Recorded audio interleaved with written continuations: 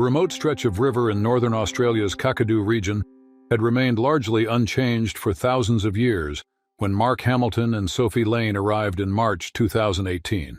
This pristine waterway, flowing through dense mangrove forests and sandstone escarpments, served as home to one of the world's largest populations of saltwater crocodiles. Aboriginal communities had long respected these ancient predators, understanding that the murky waters concealed apex hunters capable of explosive violence. Mark Hamilton, a 42-year-old wildlife photographer from Brisbane, had spent 3 weeks documenting the region's unique ecosystem alongside his partner Sophie Lane, a nature writer researching traditional Aboriginal hunting practices. Their project focused on capturing the delicate balance between human communities and dangerous wildlife in Australia's northern territories. The couple had established a temporary camp along a tributary known locally for its diverse bird population. Traditional owners had granted permission for their research, though tribal elders had repeatedly warned about approaching the water's edge during the wet season, when crocodiles became more aggressive and territorial. On March 15th, the afternoon light filtered through the canopy as Mark positioned himself near a fallen ironwood tree extending into the water.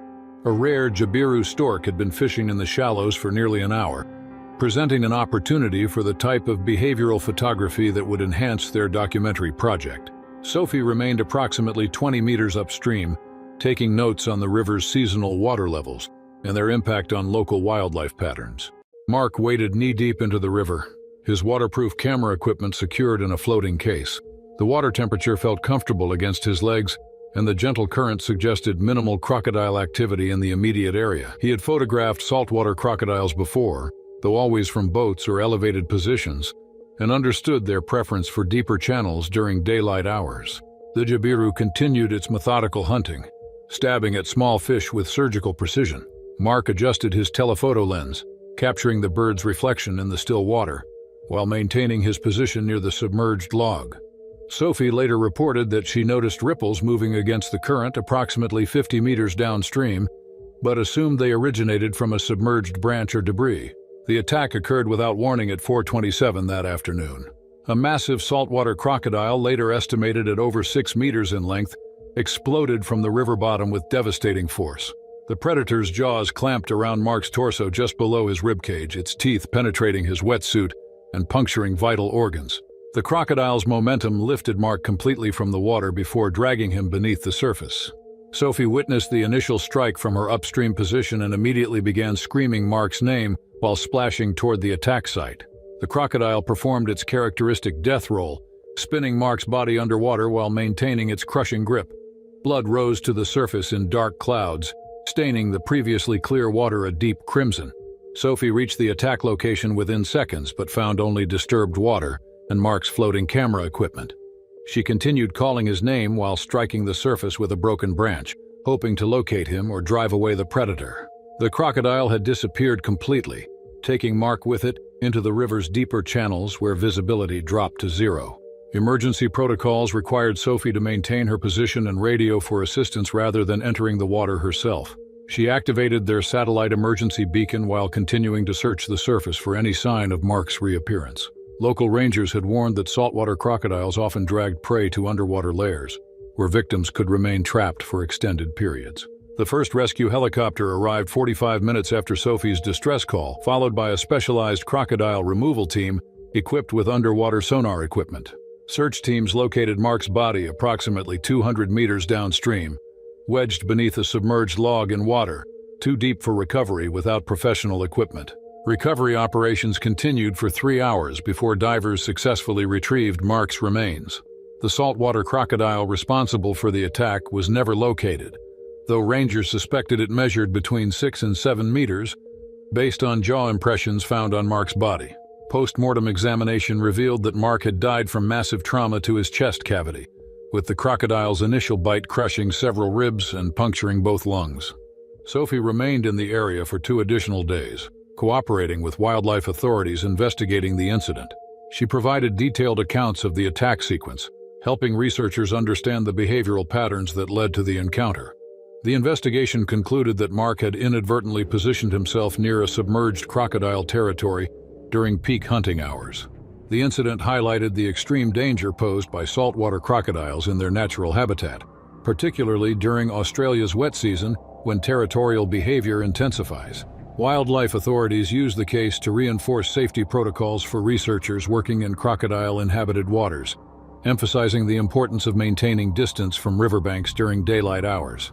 Sophie eventually completed their documentary project, dedicating the work to Mark's memory while advocating for increased safety awareness among wildlife photographers.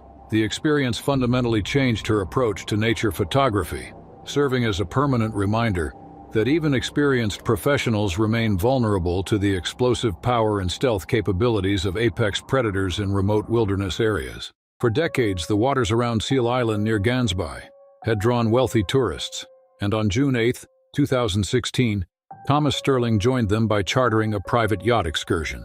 This small rocky outcrop, located 8 kilometers from the South African mainland, supported one of the region's largest fur seal colonies. The convergence of nutrient-rich currents created an ecosystem that sustained over 60,000 seals, making it a prime hunting ground for great white sharks during the winter months. Thomas Sterling, a 48-year-old investment banker from London, had planned this South African vacation as a celebration of his recent promotion to senior partner. His wife Margaret and 17-year-old son James accompanied him on what was intended to be a luxury wildlife viewing experience. The family had chartered a 12-meter sports yacht specifically designed for close-range marine observation. Their captain, Heinrich Muller, possessed over 20 years of experience navigating these particular waters and understood the behavioral patterns of both seals and sharks in the area. He had positioned the yacht approximately 200 meters from Seal Island's eastern shore, where seal colonies traditionally entered and exited the water during afternoon feeding periods. The morning had provided excellent viewing opportunities, with the family observing several great white sharks patrolling the island's perimeter. Thomas, an amateur photographer, had captured numerous images of predatory behavior, including 2 successful seal hunts that demonstrated the shark's explosive hunting techniques. Margaret and James remained safely within the yacht's cabin area, while Thomas positioned himself near the bow for optimal photography angles. At 1:45 that afternoon, Thomas noticed a large female great white shark approaching a group of seals directly below their position. The predator appeared to measure approximately 5 meters in length, making it one of the larger specimens they had encountered during their 3-day excursion. Thomas leaned over the yacht's bow rail, adjusting his telephoto lens to capture the anticipated attack sequence. The great white's behavior suddenly changed from typical hunting patterns to aggressive territorial display. Marine biologists later theorized that the yacht's white hull and Thomas's position over the water may have triggered a defensive response, with the shark perceiving their vessel as a competing predator encroaching on its hunting territory. The attack occurred with devastating suddenness. The massive great white launched itself vertically from the water with tremendous force, striking the yacht's hull just below where Thomas stood. The impact created a bone-jarring collision that sent spray across the entire deck and caused Thomas to lose his balance. The predator's momentum carried it partially onto the yacht's bow platform, where its jaws snapped repeatedly at Thomas's legs. Thomas fell directly into the water beside the agitated shark, which immediately seized him around the torso and right leg. The great white's teeth penetrated his wetsuit and caused massive trauma to his chest cavity and thigh muscles.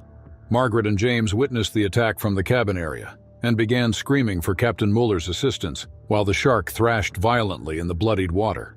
Captain Muller immediately cut the yacht's engines and retrieved emergency equipment from the bridge locker. Margaret and James threw life preservers toward Thomas while striking the water's surface with boat hooks and flares. The commotion appeared to confuse the great white, which maintained its grip on Thomas for approximately 30 seconds before releasing him and circling the yacht. The family worked together to pull Thomas aboard using rope ladders and flotation devices, though his injuries made lifting extremely difficult. Captain Muller radioed emergency medical services, while Margaret applied pressure to Thomas's wounds using towels and first aid supplies. Blood loss was extensive, and Thomas showed signs of severe shock from his injuries. The great white remained in the immediate area for several minutes after the attack, circling the yacht and displaying continued aggressive behavior. Captain Muller decided against attempting to leave the area immediately, fearing that engine vibrations might provoke another attack. Instead, the crew waited until the predator moved away from their position before beginning emergency transit to the nearest harbor. Emergency medical teams met the yacht at Kleinby Harbor, where Thomas was immediately transferred to a helicopter transport bound for Cape Town's trauma center. Despite aggressive medical intervention, Thomas succumbed to his injuries during the flight, having lost too much blood from the extensive damage to his torso and leg. Margaret and James provided detailed accounts of the attack sequence to wildlife authorities investigating the incident. Their testimony helped researchers understand the circumstances that led to such unusual aggressive behavior from a great white shark. The investigation concluded that the combination of territorial hunting behavior and the yacht's positioning near active seal colonies created conditions for a defensive attack. The incident resulted in modified safety protocols for yacht operators working near Seal Island during peak hunting seasons. Tour companies implemented minimum distance requirements and restricted passenger movement during active shark viewing periods. The Sterling family's experience became part of safety training programs designed to prevent similar tragedies. Margaret eventually established a foundation dedicated to marine safety education, using Thomas's experience to promote responsible wildlife tourism practices. The organization worked with South African authorities to develop guidelines that balanced tourist access with predator safety, ensuring that future visitors could observe great white sharks without exposing themselves to unnecessary risk. The pristine coral reefs surrounding the Mamanuca Islands in Fiji had become a premier destination for extreme water sports when Daniel Kim arrived for his hydro jetpack adventure on November 14, 2022. These tropical waters, warmed by South Pacific currents and protected by extensive reef systems, supported diverse marine ecosystems that included large populations of reef sharks. The clear visibility and consistent weather conditions made the area ideal for high adrenaline activities that required precise control and optimal water conditions. Daniel Kim, a 34-year-old adventure sports enthusiast from Seattle, had traveled to Fiji specifically to experience jetpack flying in an exotic location. His background in extreme sports included skydiving, base jumping, and professional motorcycle racing, making him comfortable with high-risk activities that demanded split-second decision-making and physical coordination. Daniel worked as a software engineer for a major tech company, but his real passion lay in seeking out increasingly challenging adventures around the world. This Fiji trip represented his first attempt at hydro jetpack flying, though his extensive experience with other extreme sports had prepared him for the physical demands and mental focus required. The Mamanuca Reef System extended across nearly 200 square kilometers of shallow tropical waters, creating natural lagoons and channels perfect for water sports activities. Local operators had established jetpack bases on several islands, taking advantage of calm conditions and depths suitable for both beginners and experienced riders. The reefs also supported healthy populations of blacktip and white-tip reef sharks, along with occasional visits from larger pelagic species. Marine biologists had documented regular tiger shark activity in the deeper channels between islands, particularly during early morning and late afternoon hours, when these apex predators typically hunted. The local ecosystem thrived due to strict conservation measures implemented by the Fijian government, which had created protected zones throughout the archipelago to preserve both coral health and marine biodiversity. Daniel's jetpack session began at a commercial waterfront operation, where certified instructors provided safety briefings and equipment familiarization. His group included 6 other participants, along with 2 support boat crews equipped with emergency medical supplies and rescue equipment. The planned flight area encompassed a lagoon approximately 1 kilometer wide, with maximum depths of 15 meters over a sandy bottom. Lead instructor Thomas Nakamura, a former Australian Navy diver with 15 years of experience in Fijian waters, conducted a comprehensive safety briefing that covered equipment operation, emergency procedures, and local marine life awareness.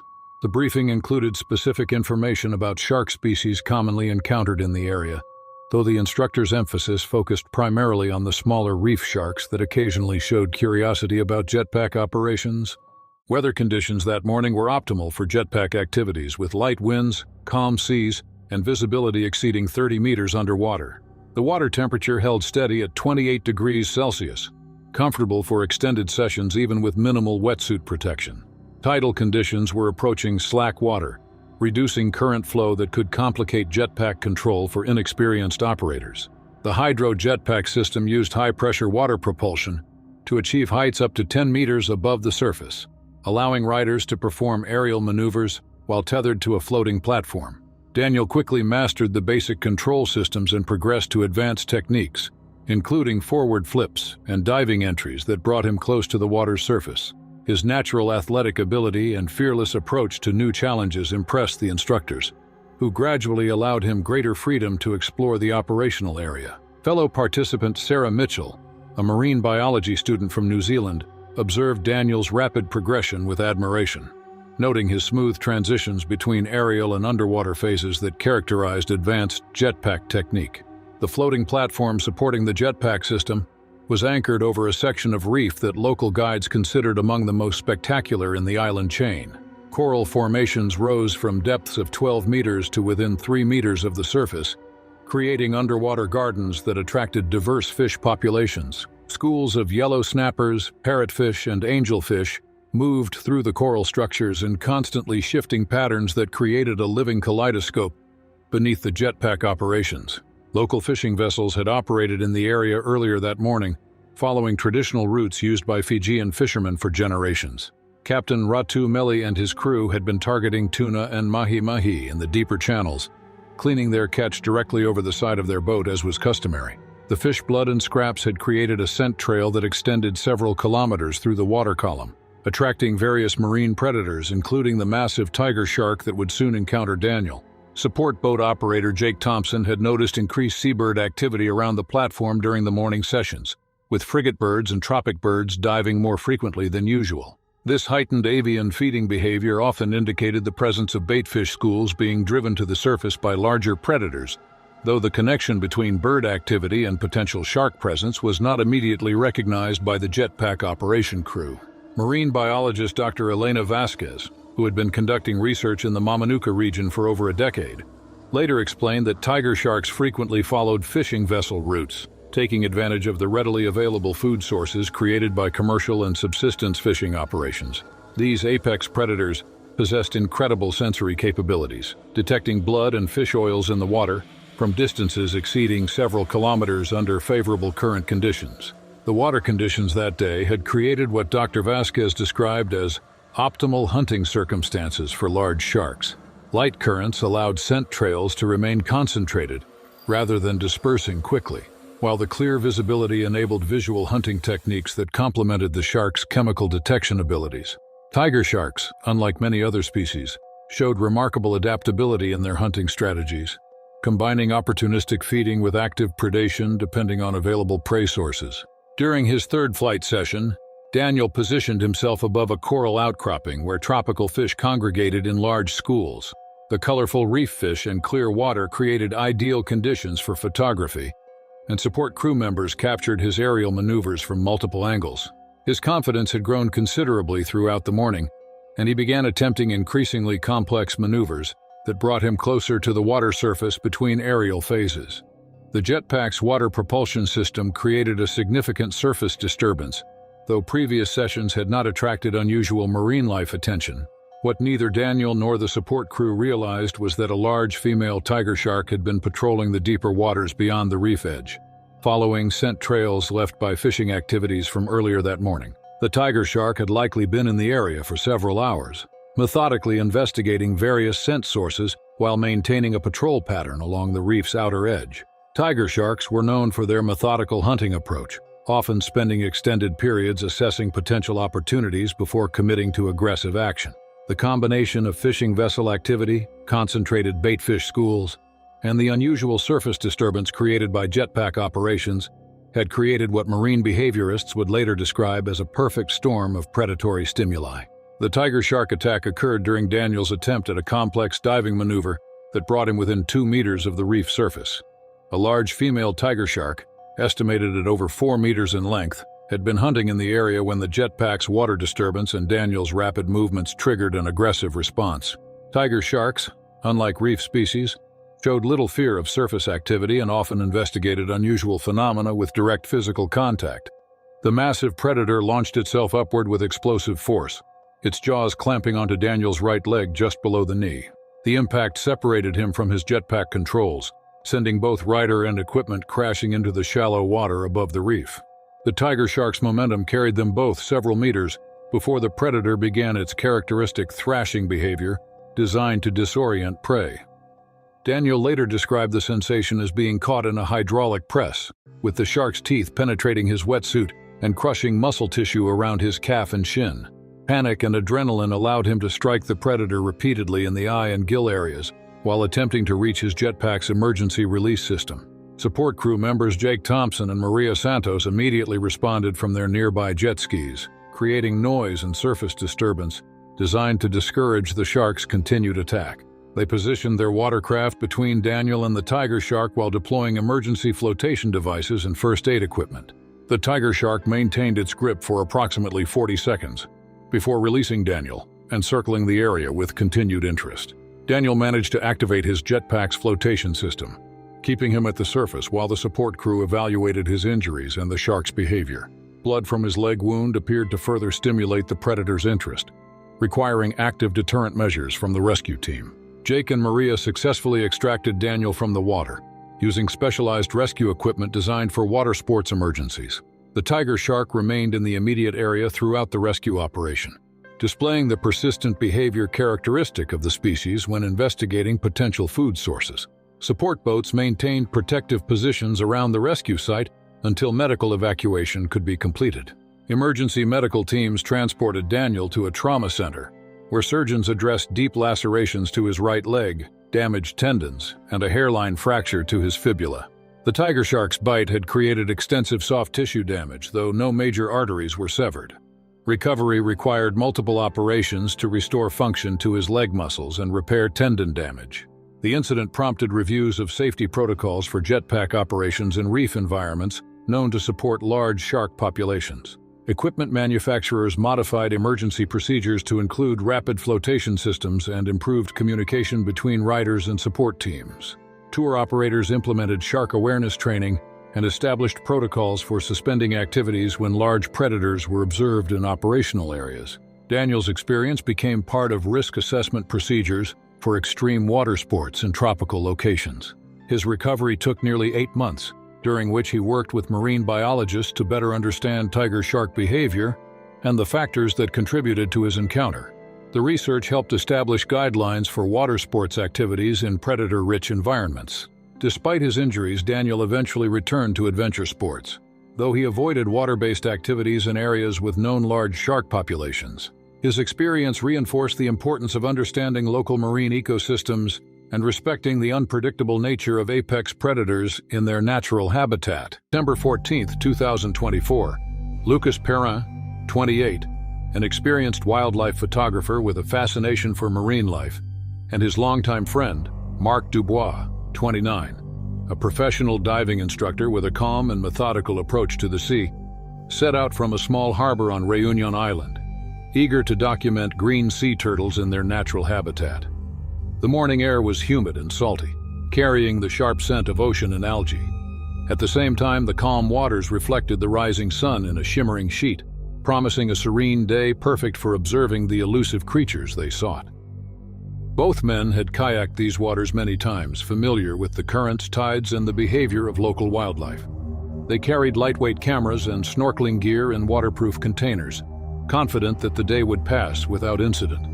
They paddled in measured strokes, scanning the surface and occasional shallow reefs for signs of turtles, noting the gentle swell beneath their craft, the way sunlight pierced the water in golden shafts, illuminating the rich marine life below.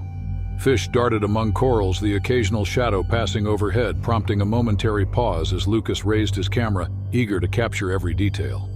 At the same time, Marc charted their position, guiding the kayak through the safest waters. The ocean seemed tranquil, almost hypnotic, a world apart from the noise and chaos of their daily lives, inviting focus and calm, a place where patience was rewarded with glimpses of nature's fragile wonders. Then, without warning, the water beneath them exploded in a sudden eruption of motion, as though some enormous force had pierced the sea itself. From below, a massive tiger shark, estimated at 4.2 meters in length, shot upward with astonishing speed, its streamlined body cutting through the water like a living torpedo.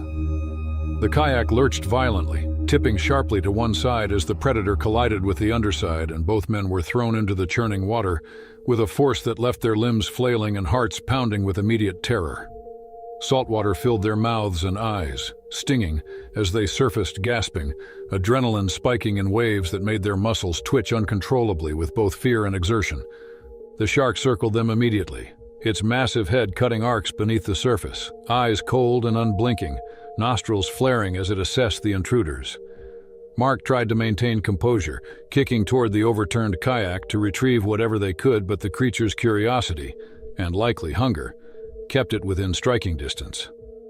Lucas's chest was jarred violently when the shark rammed him, the serrated teeth tearing through the fabric of his life vest, cutting shallow but precise slashes that sent sharp pain through his torso and left him momentarily winded.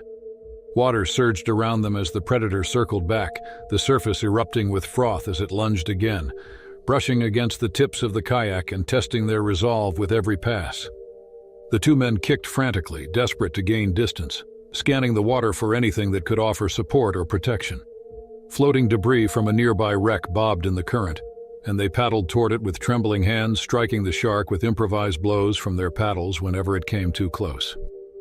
Each strike met resistance in the water, the impact vibrating up their arms but proving at least momentarily effective in forcing the predator to retreat. Every second felt like a lifetime as the men's hearts pounded, muscles screaming with fatigue, yet the shark remained relentless, circling and snapping in arcs that sent towering waves spilling over their heads, turning the calm waters they had so admired into a roiling, chaotic battlefield. Hours, or what felt like hours, passed in this tense struggle, though in reality only minutes had elapsed. As the shark tested their endurance and fear with relentless precision, the deep blue surrounding them both was a mesmerizing and terrifying backdrop for the primal dance of survival. Their lungs burned with each gasp, each breath a battle against the saline choke of the sea, while their hands and legs, soaked and battered, fought to keep them moving, striking, pushing, and evading the predator that seemed determined to assert its dominance over them in these once tranquil waters. Fortune finally intervened when the distant sound of an engine cut through the chaos, a small fishing boat coming into view, its crew shouting and maneuvering to their aid. Seeing the craft, Lucas and Mark kicked with renewed strength, signaling frantically as the shark made one final snapping pass beneath the hull, its teeth glinting in the sunlight, a last terrifying reminder of its immense power. The fishing crew managed to haul both men aboard, their bodies trembling, lungs heaving, and limbs trembling with the combined shock, exertion, and relief of narrowly escaping one of the ocean's most formidable predators. Medical attention was swift and urgent. Lucas had deep abdominal cuts from the life vest, jagged and painful, while Mark bore broken ribs and bruises along his chest and sides, evidence of the collisions and strikes during the ordeal. Both men were conscious but shaken, adrenaline slowly ebbing and leaving them with raw exhaustion and the lingering echo of fear in their minds. Each silently acknowledged how quickly the familiar waters of their home and work could transform into chaotic arenas at the whim of a powerful predator driven by instinct, curiosity, and hunger.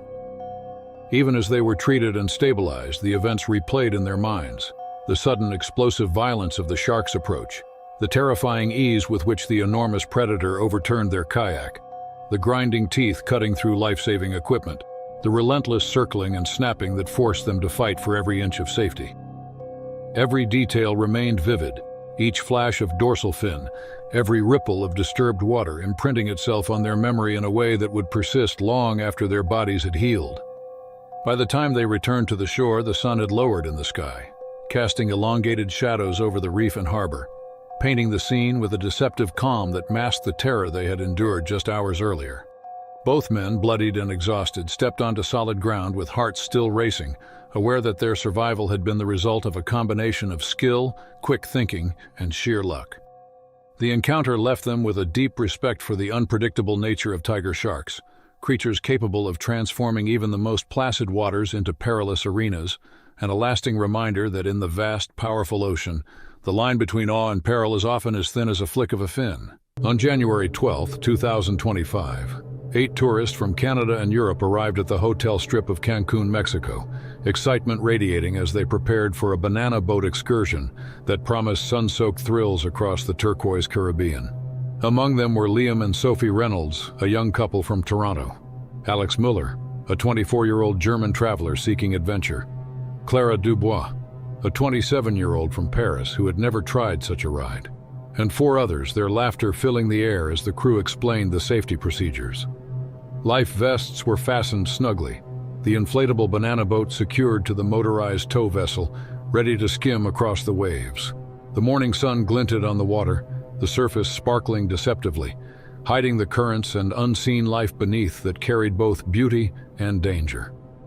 The ride began smoothly, the banana boat bouncing over choppy swells, passengers gripping handles tightly as the vessel soared over crests and plummeted into troughs.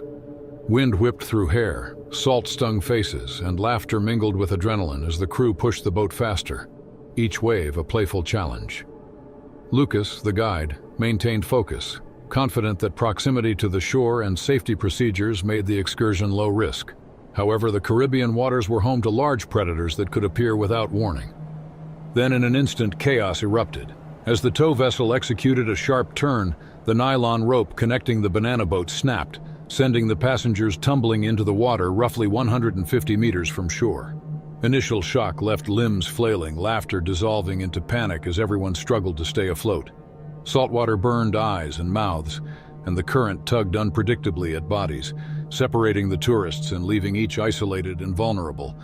From the depths, a shadow emerged, moving with deliberate grace and deadly intent.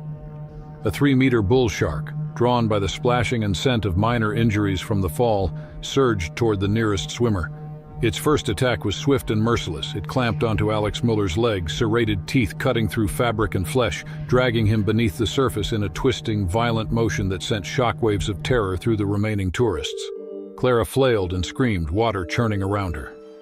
At the same time, Liam and Sophie kicked desperately, trying to reach safety and shield others, adrenaline overriding fear just long enough for instinct to take control.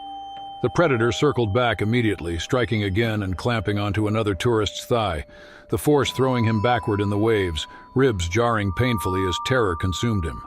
Screams echoed across the water, mingling with the roar of the towboat's engine as Lucas signaled frantically to lifeguards patrolling nearby on jet skis.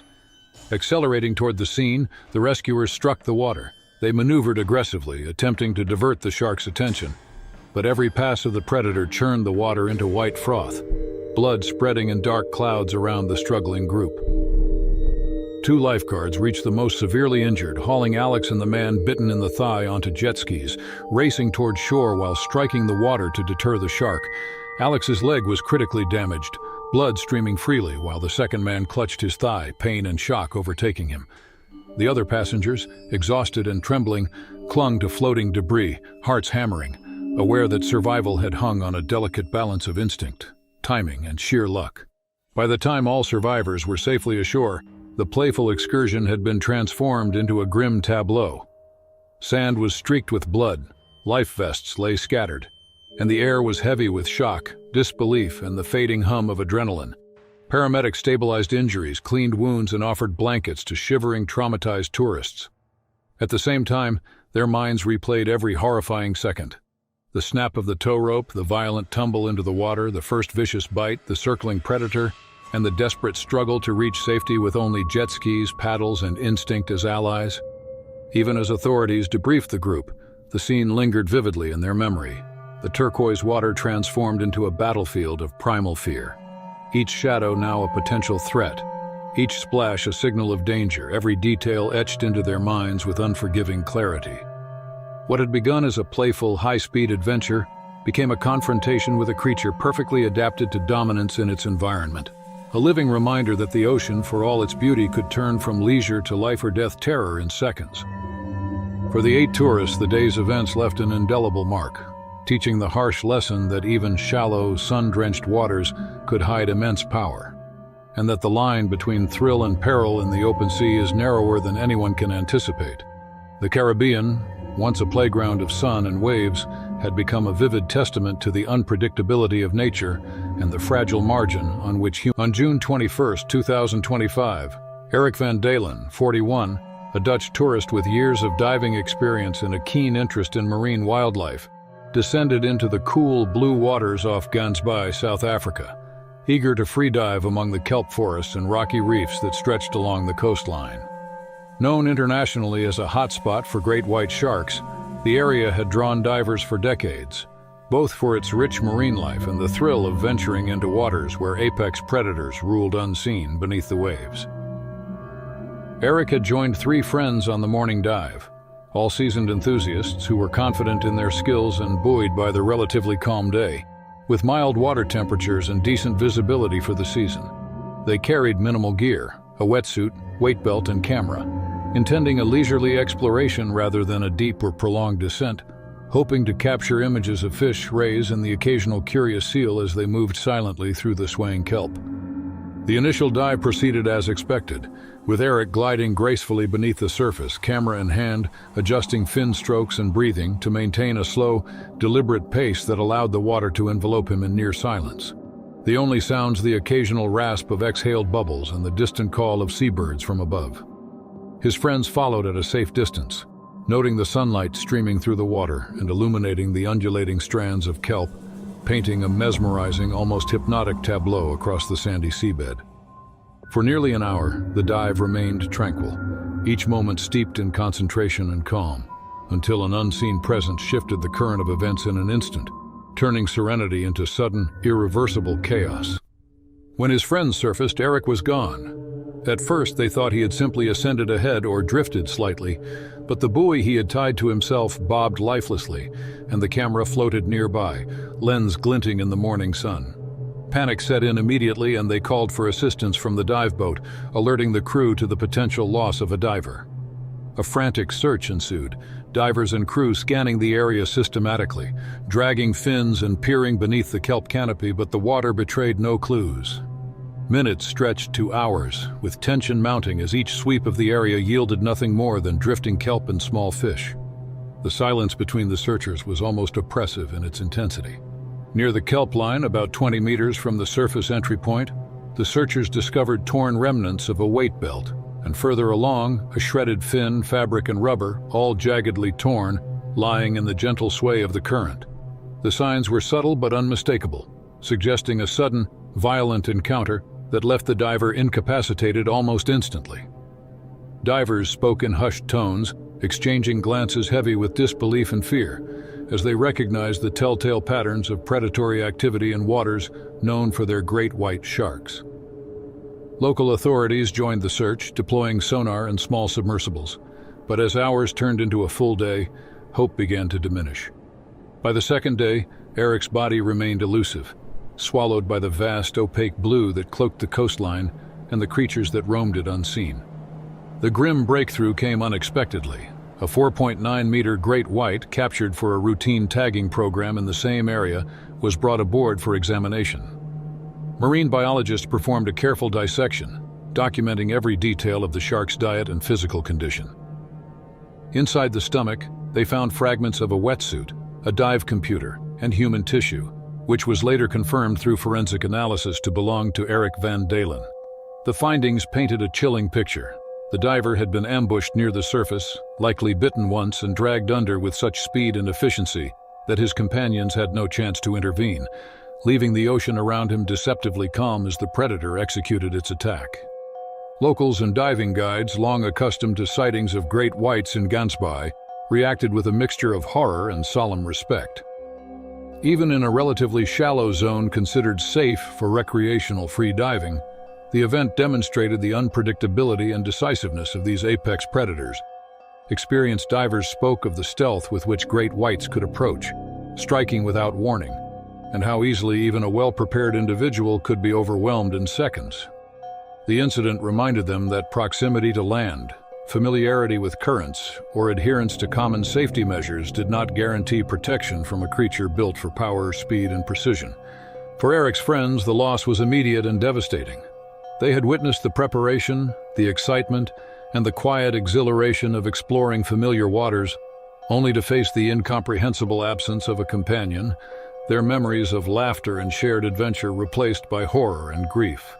Rescue personnel and marine authorities coordinated follow-up efforts, posting warnings to nearby diving operations and issuing advisories. Still, the vast and indifferent ocean had claimed its victim, leaving little trace of the encounter beyond fragments of gear and the findings inside the stomach of the tagged shark. The dissection results became both a confirmation and a cautionary tale. Investigators concluded that Eric had been taken with almost surgical efficiency, the predator's bite and drag leaving nearly nothing recoverable outside of its own digestive system. For the wider diving community, the incident reinforced a sobering lesson. Apex predators do not distinguish between experience levels, dive plans, or zones labeled as safe. Their presence is constant, their hunting instincts acute, and their power overwhelming. Even in a controlled group dive, even in waters familiar to the most seasoned enthusiasts, one miscalculation or one moment of misfortune could result in irrevocable loss.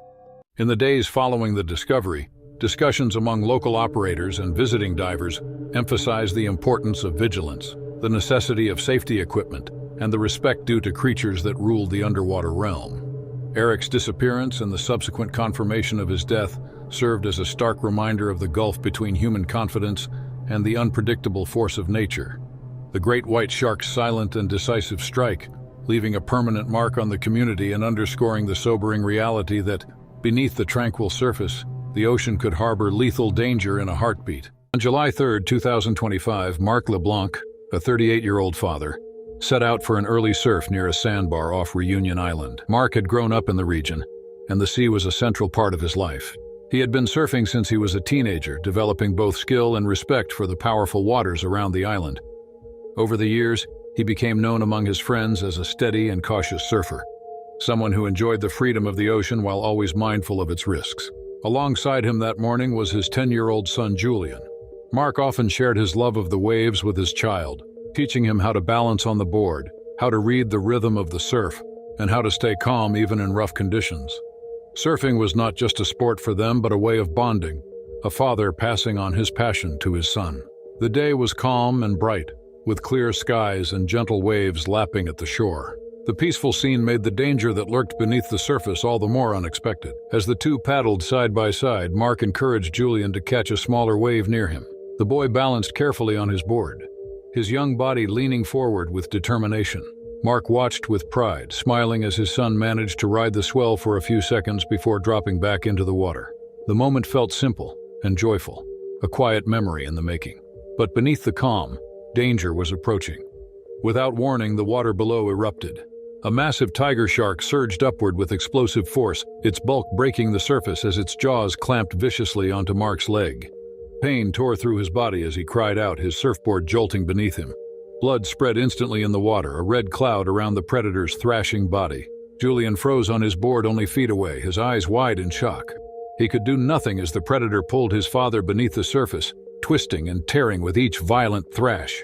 Marc struggled to fight back, kicking and striking as he tried to free himself. His arms flailed, his head bobbing above the water for brief moments before being pulled under again.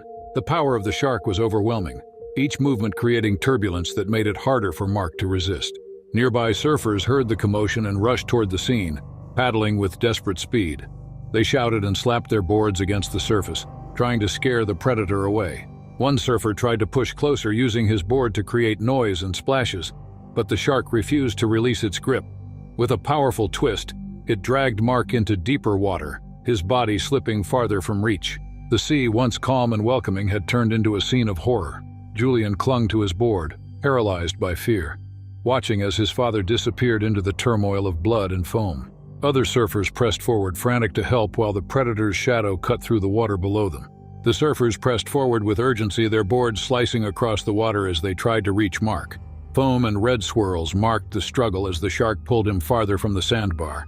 They splashed and struck the surface with their hands and boards, creating a wall of noise in hopes of driving the predator away.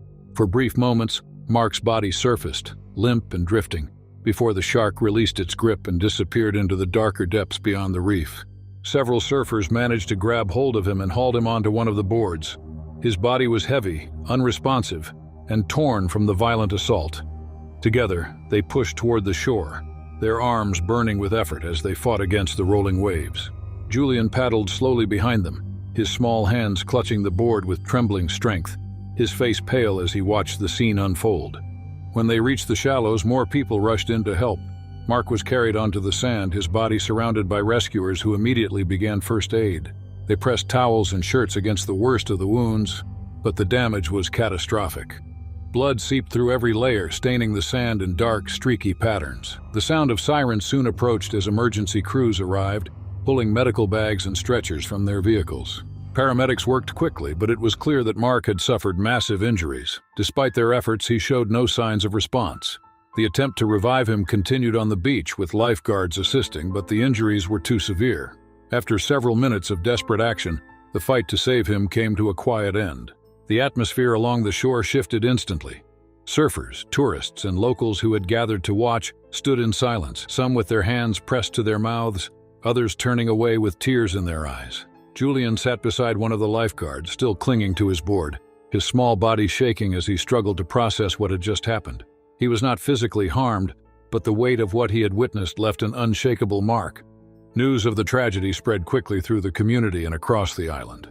Reunion had seen shark attacks in the past, but each one left deep scars among those who loved the sea. Officials responded by closing nearby beaches and increasing patrols around the area. Warnings were issued, reminding both locals and tourists of the risks associated with entering the water in regions known for their large predators. In the days that followed, tributes poured in for Mark. Friends described him as a devoted father, a skilled surfer, and someone who carried a deep love for the ocean.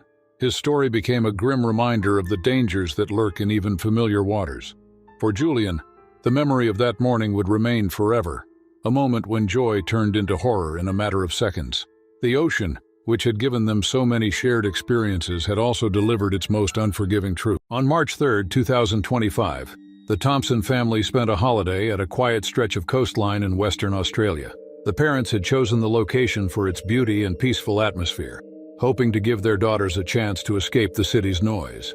Mia Thompson, just 10 years old, was a bright and spirited child, known for her protective nature toward her younger sister Sophie, who was only 8. The two shared an unbreakable bond, often seen together in every game, adventure, and challenge they faced. Mia loved the ocean more than anything. She had spent countless afternoons collecting seashells, wading in the shallows, and racing along the sand with Sophie by her side. Family friends described her as brave beyond her years, a child who naturally put others before herself. Sophie was quieter, following Mia's lead in everything, trusting her older sister with the kind of loyalty that only siblings could hold. That morning, the sun blazed across the turquoise waves, reflecting like glass as the girls played near the shoreline.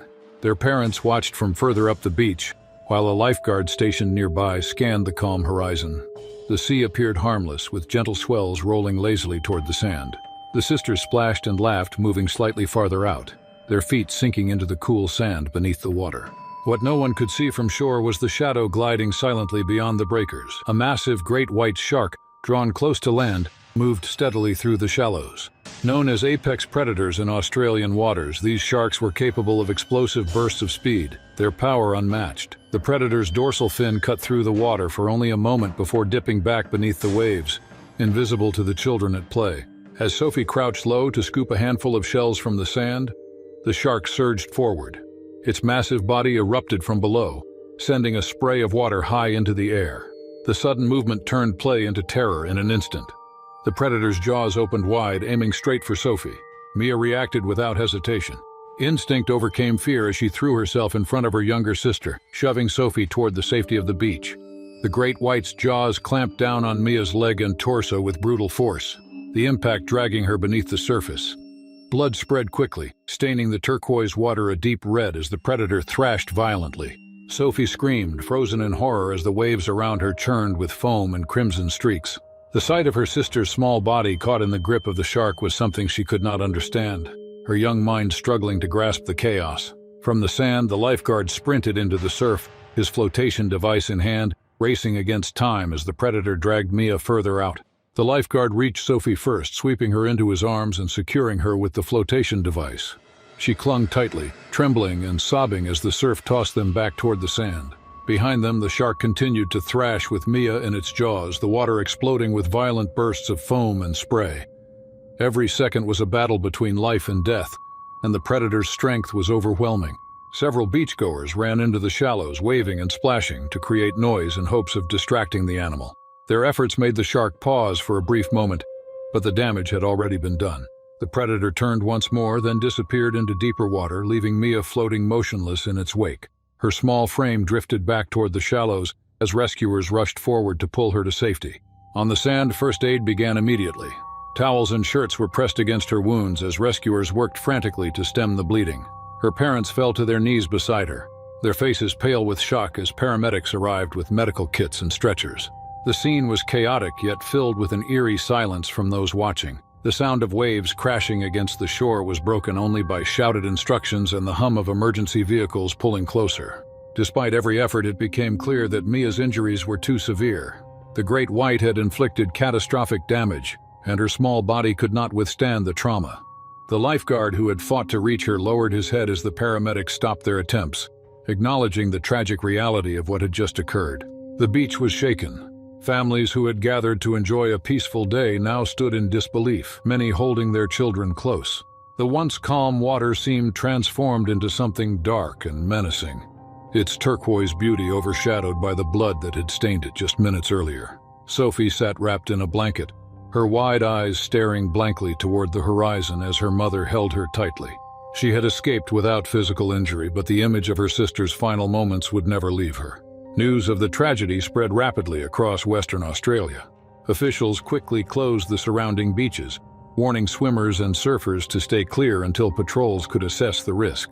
Marine experts explained that the region had seen an increase in great white activity during that season, a reminder of the unpredictable nature of these apex predators. Tributes poured in for Mia from friends, classmates, and community members. She was remembered as a bright, caring child who always looked after others, a role she had fulfilled even in her final moments. Her sacrifice to protect Sophie became a heartbreaking story of love and bravery, retold by those who witnessed it. In the aftermath, the Thompson family faced the heavy burden of grief. Their lives were forever changed, and Sophie carried with her the memory of a sister who had saved her life. The beach, once a place of joy for the family, became a site of sorrow, a reminder of how quickly the sea can turn from calm to deadly. On April 3, 2025, marine biologist Dr. Lucas Herrera prepared for a night dive off the Pacific coast of Costa Rica. At 35 years old, he was an experienced diver who had spent years studying the behavior of large marine animals, with a particular focus on predator-prey interactions in tropical waters. Born in a coastal town, he had grown up surrounded by the sea, often exploring tide pools as a child, and later pursuing a career in marine science. His passion for the ocean was matched by a steady calmness in difficult conditions, a quality that made him a trusted partner in dangerous field work. Night dives were always more challenging. The darkness transformed the sea into an alien environment, where beams of artificial light cut narrow paths through endless black. For scientists like Lucas, such dives offered the chance to study fish species that emerged only after sunset, as well as predators that hunted under the cover of night. That evening, the water was calm but filled with a sense of unknown risk. Lucas and his dive partner descended slowly, their equipment checked and their light sweeping across schools of silvery fish. As the pair advanced toward a rocky outcrop, movement appeared from below. The distinctive outline of a scalloped hammerhead rose from the depths, its wide, flat head unmistakable in the dim glow. Hammerheads were known to patrol Costa Rican waters, especially near seamounts where currents gathered prey. While these sharks were less aggressive than some other species, their sheer size and unpredictable behavior made them dangerous when encounters grew too close. Lucas kept his breathing steady as the shark approached, its long body gliding with deliberate power. Curiosity drew the predator closer, its unusual head tilting as it sensed vibrations from the divers. For a moment, the scene felt like a rare opportunity to observe one of the ocean's most fascinating hunters up close. Lucas extended a gloved hand toward the animal, hoping to measure its reaction without sudden movement. In an instant, the calm broke. The hammerhead lunged with surprising speed, clamping its jaws around Lucas's forearm. The bite was crushing, pain exploding through his arm as blood surged into the surrounding water. Lucas thrashed instinctively, kicking to break free, but the shark's grip was relentless. His dive light swung wildly, cutting through the darkness and casting streaks of red across the water. His dive partner reacted instantly, striking at the water with strong splashes and thrusting toward the predator. The sudden disturbance distracted the hammerhead, forcing it to release its hold. Lucas pulled back quickly, but the damage was already severe. Blood streamed from deep punctures along his forearm, drifting upward in dark plumes that stained the water and threatened to lure the predator closer. The hammerhead circled again, drawn by the scent, its massive shape gliding just beyond the edges of the light beams. Every movement felt unbearably tense as Lucas struggled to control his breathing, while his partner positioned between him and the predator. The ocean, once calm, had become a treacherous arena where survival depended on swift decisions and peaceful action. The hammerhead drifted at the edge of the light before turning slowly into the darkness. Its shadow vanished into the Black Sea, leaving only the faint trails of disturbed water behind. Lucas floated unsteadily, his arm burning with pain as blood poured freely into the current. His partner wasted no time, gripping his harness and guiding him upward with urgency. Every second was heavy with fear, for the predator could return at any moment. The ascent felt endless. The water pressed cold against his wounds, each kick a reminder of the force that had torn into his body. His dive light shook with his movements, casting trembling beams across the dark void until at last the surface broke open above them. The dive boat was waiting. The crew was already alert to the commotion below. Hands reached over the side and pulled Lucas from the water, laying him across the deck where the damage was revealed in full under bright lights. The forearm was shredded, deep punctures tearing into muscle, with fractures evident beneath the swelling. Blood spread across the planks of the boat as crew members scrambled for medical supplies. Tourniquets were applied and gauze was pressed firmly against the wounds while oxygen was administered to stabilize his breathing. The sharp smell of salt and blood filled the air, a grim reminder of how quickly the peaceful dive had turned violent. His partner remained close, shaken but focused, explaining the events to the others while keeping an eye on the water. The sea below them seemed calm again, yet no one forgot the predator that had nearly taken a life only moments earlier. Every ripple was watched with caution as the boat engines roared, carrying them at speed toward shore. On land, emergency teams were waiting. Lucas was transferred onto a stretcher and rushed to a coastal clinic before being moved to a larger hospital capable of handling severe trauma. Surgeons worked through the night to clean and repair the damage. Several bones in the arm were broken and the muscle had been badly torn, but his life was no longer in immediate danger. Doctors warned that recovery would be long, requiring surgeries, rehabilitation, and strength training to regain function. News of the incident spread quickly through marine science circles and local media. Hammerheads were rarely seen as highly aggressive, but the event highlighted how unpredictable they could be when curiosity turned into a strike. Specialists explained that night dives often raised risks, as limited visibility and artificial lights could trigger unexpected reactions from large predators. Lucas himself later admitted that extending his hand had been a mistake, a decision made in calm curiosity that ended in violent consequence. The research project was temporarily halted as new safety rules were drafted. Future dives would require stricter distance limits and revised protocols to reduce human-shark interaction. Though scarred, Lucas remained committed to his work, determined that his near-fatal encounter would serve as a lesson for others in the field. The ocean had reminded him, and all who followed his story, that its power demanded respect above all else. July 3, 2025. The quiet shoreline of South Carolina was painted with golden light as the sun rose above the horizon. Among those enjoying the calm morning was 25-year-old Lila Carter, a fitness instructor who had built a reputation in her community for her energy and dedication. Lila had grown up near the coast, her childhood marked by long summers spent in the water, learning to swim before she could even ride a bicycle. Her love for the ocean never faded, and as she grew older, she combined her passion for fitness with her admiration for nature, often leading beachside classes and promoting healthy living. Known for her discipline, Lila inspired others with her commitment to balance and strength. Paddleboarding had become one of her favorite activities because it combined exercise with the serenity of the sea. On days when she was not teaching yoga or strength training sessions, she would paddle across the shallow inlets to clear her mind and prepare for the week ahead. For her, mornings like this felt safe and controlled, far from the chaos of crowded beaches or turbulent surf. That morning, the water shimmered under the first rays of sunlight. The inlet was calm, almost mirror-like, broken only by the ripples of Lila's board as she glided smoothly. She kept her pace steady, her muscles working with precision, enjoying the quiet rhythm of the paddle slicing into the surface. The scene appeared idyllic, a perfect example of peace between human and sea.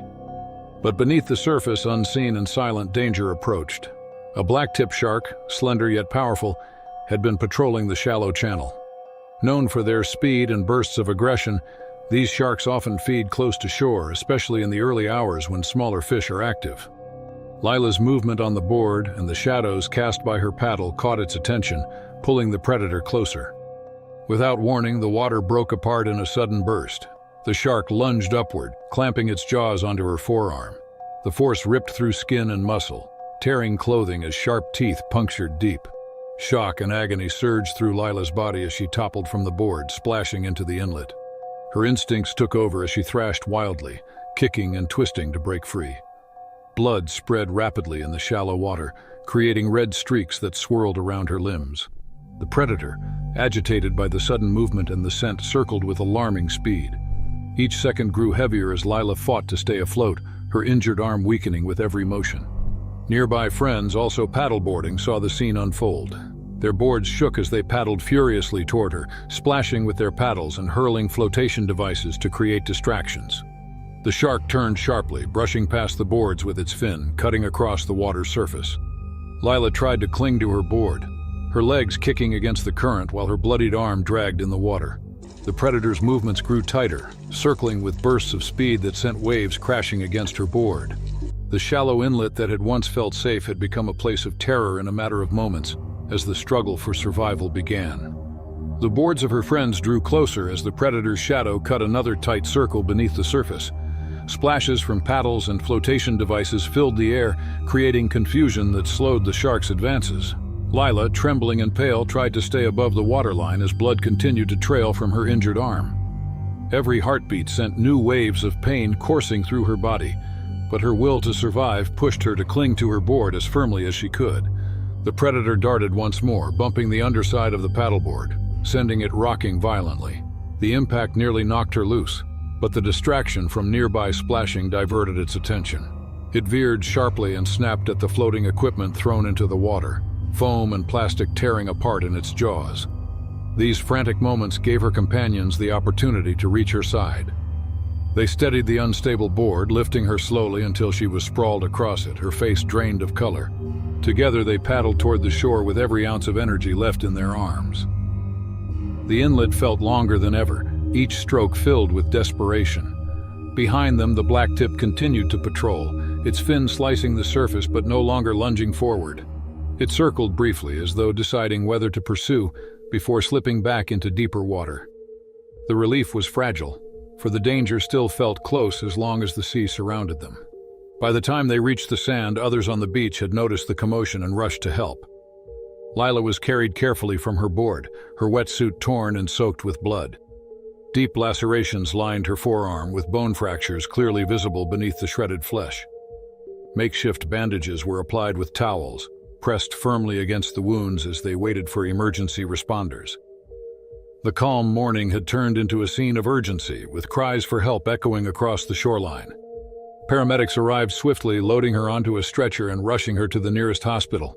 Surgeons worked for hours to clean the punctures, close the torn tissue, and repair broken bones. The injuries were severe but treatable, and the quick actions of those nearby had prevented her from losing too much blood before help arrived.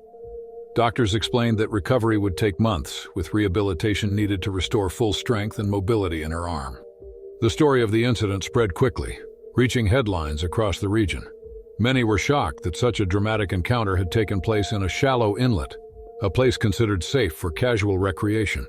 Experts explained that blacktip sharks, though smaller than other species, are fast and unpredictable, often mistaking sudden movement for prey.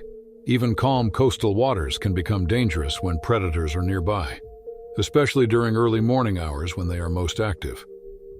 For Lila, the experience became a defining moment in her life.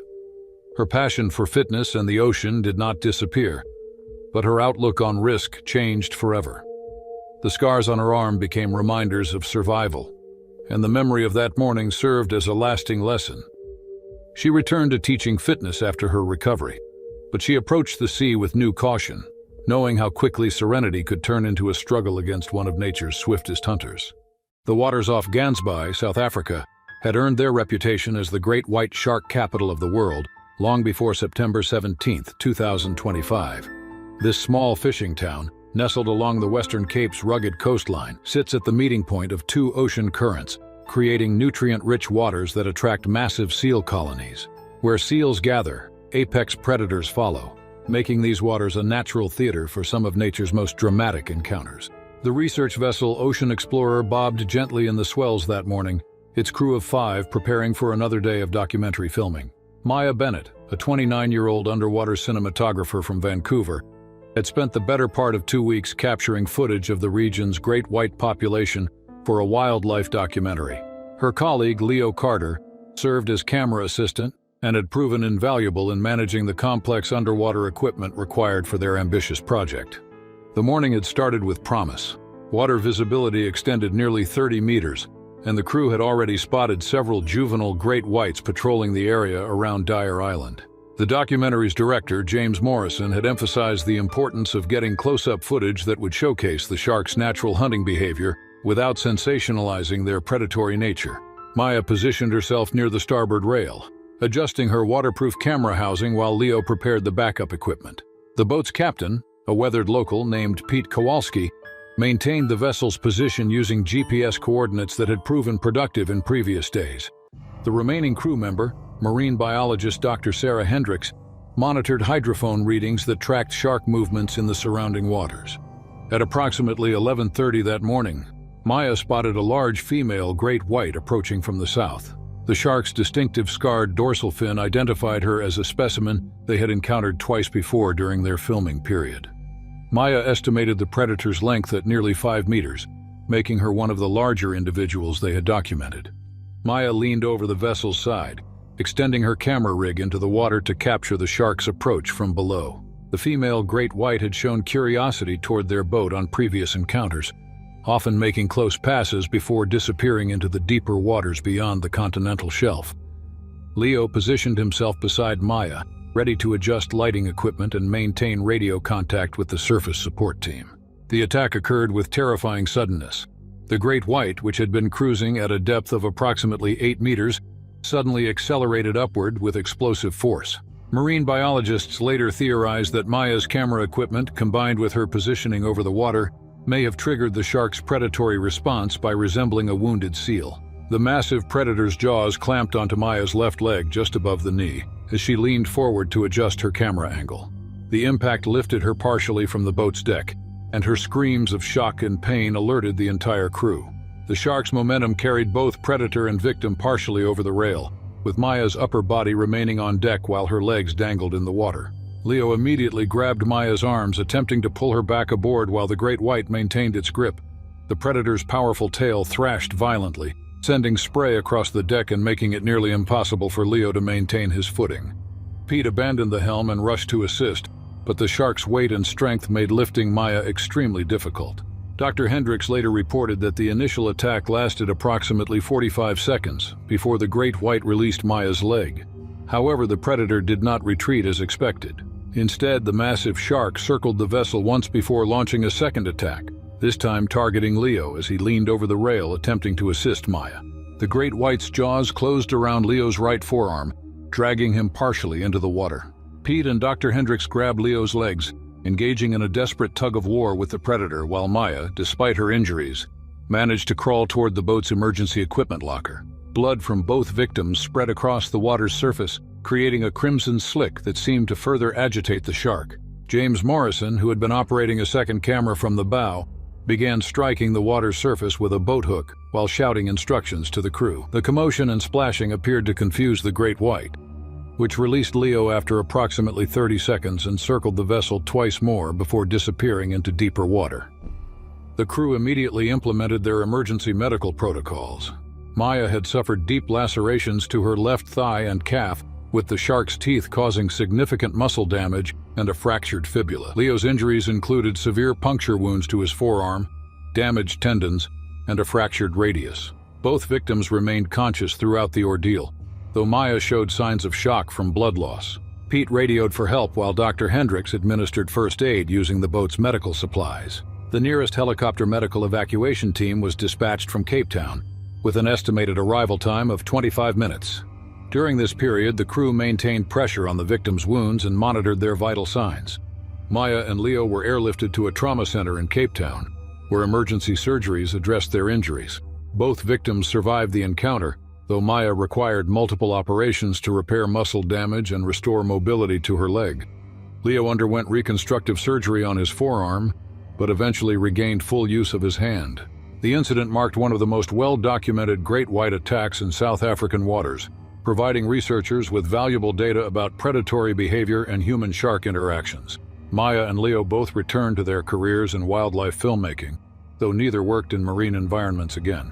The experience had fundamentally changed their relationship with the ocean's apex predators, serving as a stark reminder that even experienced professionals operating with proper safety protocols remain vulnerable to the unpredictable nature of wild animals.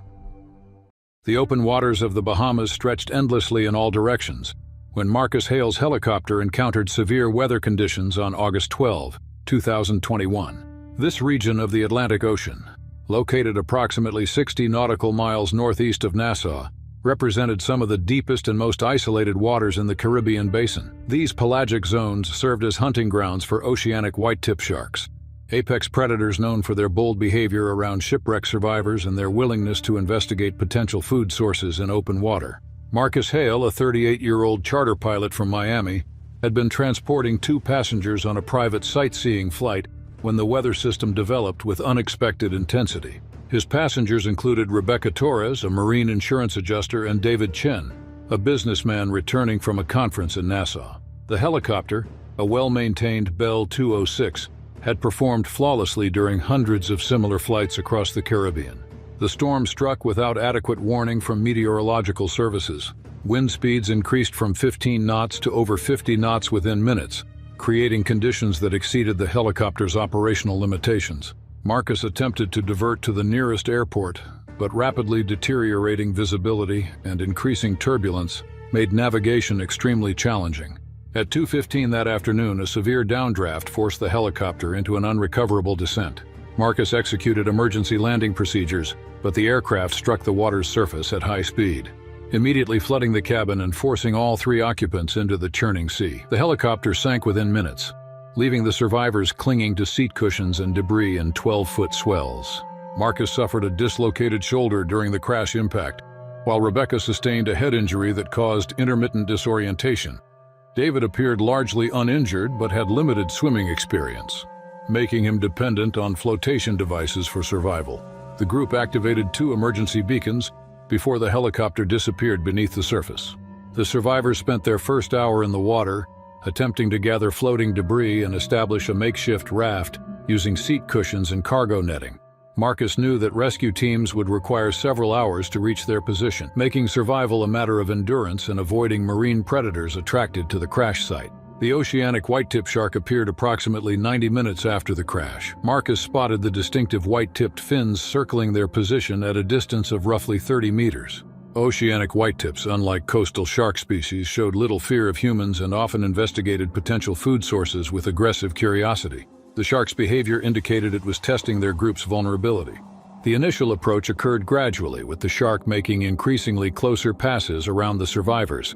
Marcus instructed Rebecca and David to remain calm while maintaining their positions on the debris raft. However, the shark's boldness escalated when blood from Marcus's injured shoulder began attracting its attention. The attack happened during the shark's 4th close approach. The oceanic white-tip lunged directly at Marcus, its jaws clamping onto his left thigh just above the knee. The impact separated him from the debris raft, forcing him to fight the predator while treading water in heavy seas. Rebecca and David immediately began splashing and striking the water with pieces of debris, creating noise and commotion designed to discourage the shark. Marcus later reported that the shark's bite felt like being caught in a mechanical vise, with the predator's teeth penetrating his wetsuit and muscle tissue. He struck the shark repeatedly in the eye and gill area while attempting to maintain his position at the surface. The oceanic white-tip held its grip for approximately 20 seconds before releasing him and circling for another approach. The survivors regrouped on their makeshift raft, with Rebecca and David pulling Marcus from the water while monitoring the shark's continued presence. Blood from Marcus's leg wound attracted additional interest from the predator, which made 3 more aggressive approaches over the following hour. Each time, the group successfully repelled the shark through coordinated splashing and noisemaking. Coast Guard rescue helicopters located the survivors approximately 4 hours after receiving their emergency beacon signals. The oceanic white-tip remained in the area during the rescue operation, circling the helicopter's rescue basket as Marcus was lifted from the water. Rebecca and David were recovered without further incident, though both showed signs of exhaustion and mild hypothermia. Marcus received immediate medical attention for deep lacerations to his thigh, punctured muscle tissue, and significant blood loss. Emergency surgery successfully repaired the damaged tissue, though he required extensive physical therapy to regain full mobility.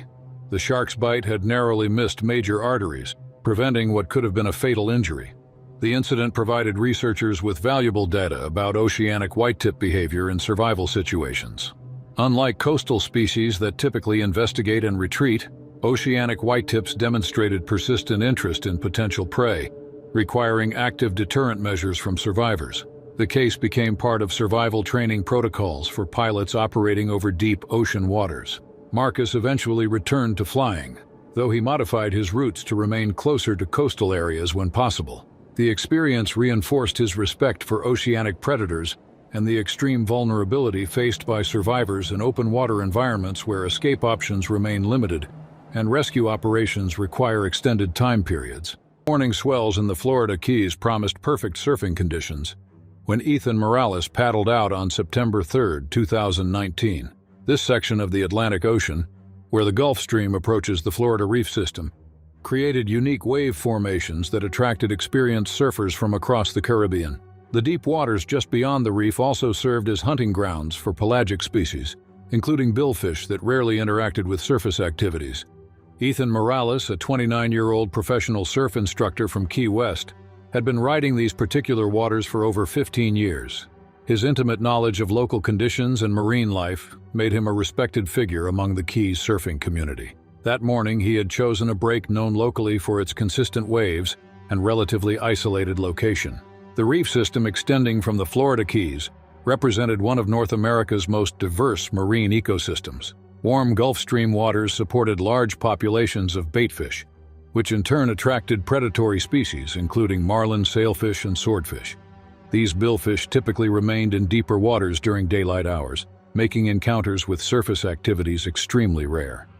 Ethan launched his 11-foot longboard from a small beach access point, paddling approximately 400 meters offshore to reach the primary break. Water visibility exceeded 20 meters, and he could observe schools of yellowtail snapper and parrotfish moving across the reef below. Several other surfers had already established positions along the reef line, taking advantage of the morning's favorable wind conditions.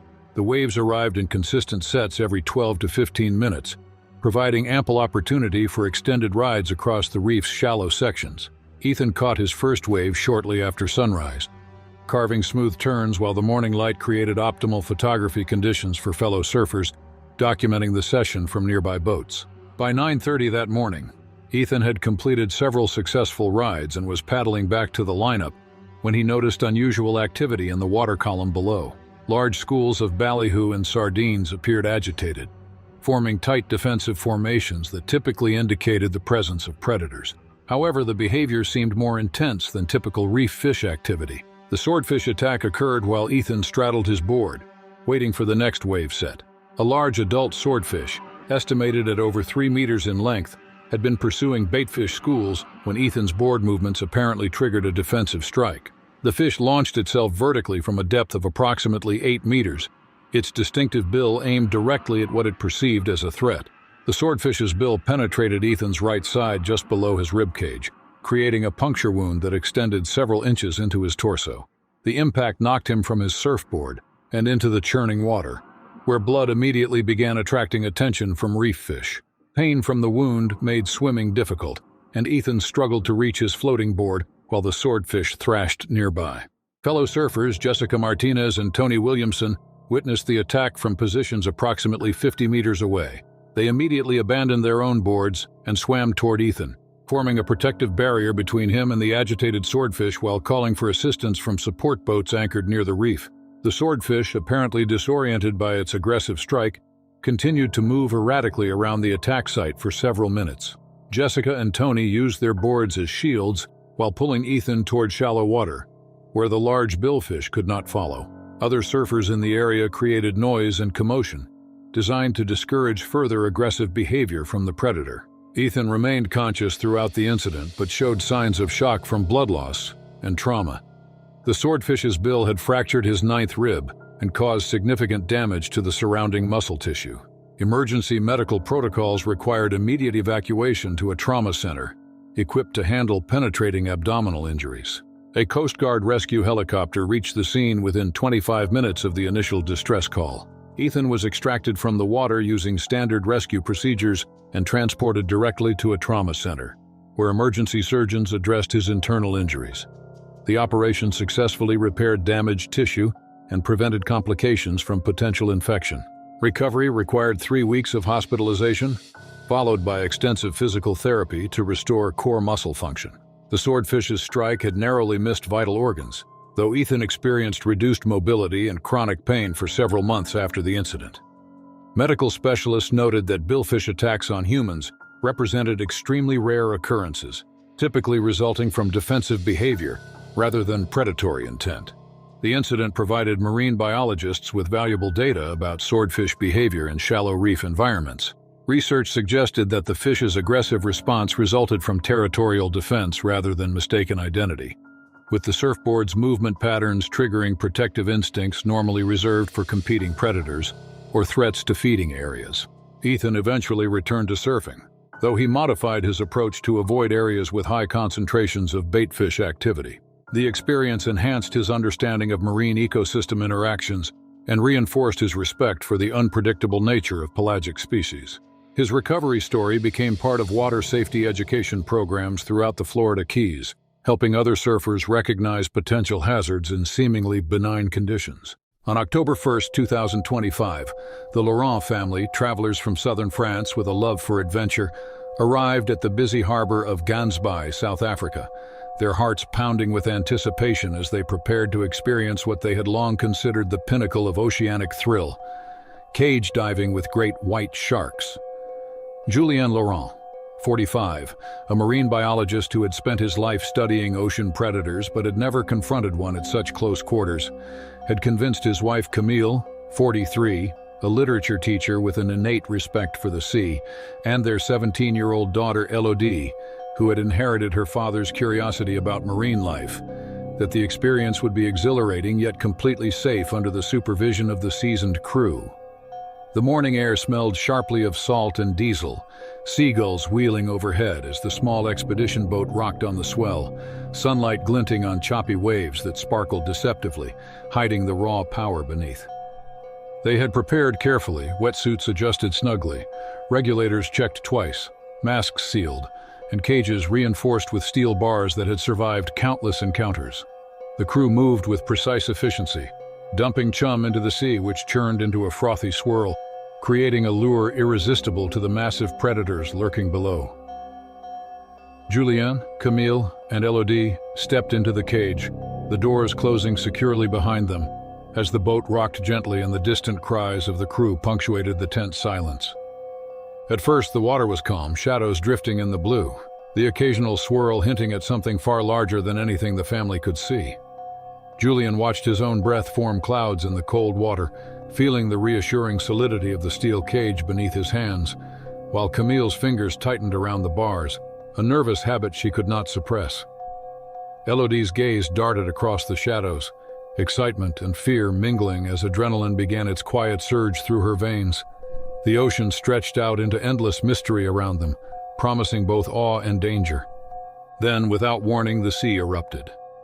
From the depths, a massive great white, estimated at 5.5 meters, shot upward with terrifying speed, its bulk carving through the water, seemingly born for this very moment. The cage lurched violently under the force, a deafening crack echoing as seawater cascaded over them in sheets, blinding and relentless. Julien felt the steel shift beneath him, the bars groaning, and adrenaline flooded his senses as instinct and parental protection collided.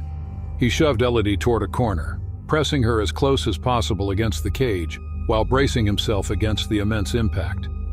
The shark's head, wider than any fish he had seen even in research, found a warped gap in the bars, and its jaws clamped down on Julien's forearm with a force that stole his breath and sent shockwaves of pain up his body.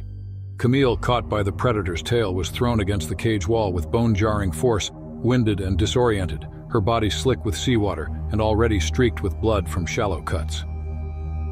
Elodie's eyes widened behind her mask, a scream trapped in the regulator as terror rooted her to the spot, watching her parents struggle to repel the massive animal that seemed impossibly powerful and impossibly close. Above, the crew fought to haul them out, pulling ropes and activating safety mechanisms with desperate efficiency, every second stretching into an eternity as the shark circled the cage, jaws snapping and waiting for another opportunity to strike. Julien twisted and braced himself, each movement an intense battle of strength and pain, while Camille tried to orient herself, raising her arms to shield her head from the turbulent water. the predator turned the once safe cage into a deadly arena, where survival hinged on instinct and quick thinking. The assault escalated, the great white thrashing with terrifying energy, its body colliding against the steel with each impact, shaking the cage and reverberating through the water, a reminder that nature's power was both raw and uncompromising. Julien wedged himself between Elodie and the gap, teeth gritted as pain radiated from his mangled arm, while Camille, though dazed and battered, pressed back, fighting for breath and balance as the predator swirled violently around them. The crew finally gained leverage to lift the cage partially out of the water, creating a brief barrier that forced the shark to retreat, disappearing into the deep with a swirl of bubbles and a last lingering threat that left the family trembling and soaked, their hearts racing in unison. When the immediate danger passed, the family was hoisted aboard the boat, bodies trembling, hearts hammering, and limbs shaking from shock and exertion, each marked by cuts, bruises, and the raw memory of the encounter. The deck was slick with seawater and blood. The medics on board quickly assessed injuries. Julien's forearm was torn, muscles shredded and skin ripped. Camille bore welts and abrasions along her side, while Elodie, though miraculously spared severe physical harm, carried the invisible weight of trauma in wide, haunted eyes that refused to blink away the horror she had witnessed. The crew worked methodically, applying first aid and stabilizing the wounded as the boat sped toward the harbor. The family leaned on one another, bound by shock and relief, silently acknowledging the brutal unpredictability of the ocean and the sheer might of the creature they had dared to confront. Each moment of survival had hinged on timing, quick thinking, and unrelenting courage, and as adrenaline ebbed, exhaustion and lingering fear settled into every muscle, a tangible reminder of the day's peril. By the time they reached shore, the sun had begun to dip behind distant hills, casting long, shifting shadows over the harbor. Bloodied, shaken, but alive, Julien, Camille, and Elodie stepped onto solid ground, their hearts still racing and minds replaying each second of the encounter in vivid detail. The day forever etched in memory, as a brutal testament to nature's dominance, and a stark reminder that even carefully planned adventures can transform into nightmares in the blink of an eye. For the Laurent family, what had been a dream of close-up wonder became an unforgettable confrontation with raw, untamed power, leaving them marked not only by injury, but by the knowledge that survival is fragile, fleeting, and earned only through courage, presence of mind, and the unbreakable bonds of family when everything else is swept away. On March 18, 2017, the Royal Australian Coast Guard received an urgent alert from the Albany Maritime Dispatch Centre, reporting a small yacht adrift near a submerged reef off the rugged southwestern coast of Western Australia, its hull listing dangerously as waves pounded the rocky outcrop, raising immediate concerns of fuel leakage and potential environmental damage. Liam Foster, 32, a seasoned diver and rescue specialist with over a decade of experience in the treacherous waters of the Southern Ocean, was part of the three-person dive team tasked with inspecting the capsized vessel and mitigating hazards. Joined by fellow divers Marcus Hayes, 35, an engineer with years of dive rescue experience, and Daniel Reed, 29, a meticulous navigator and underwater surveyor whose calm demeanor often balanced the more impulsive tendencies of his teammates. The sky was gray and overcast, with winds gusting unpredictably as the team prepared to enter the choppy water. The sea below was turbulent, with currents that twisted around hidden rocks and coral heads, making even routine dives a calculated risk. The divers suited up quickly, checking their regulators, buoyancy devices, and emergency lines.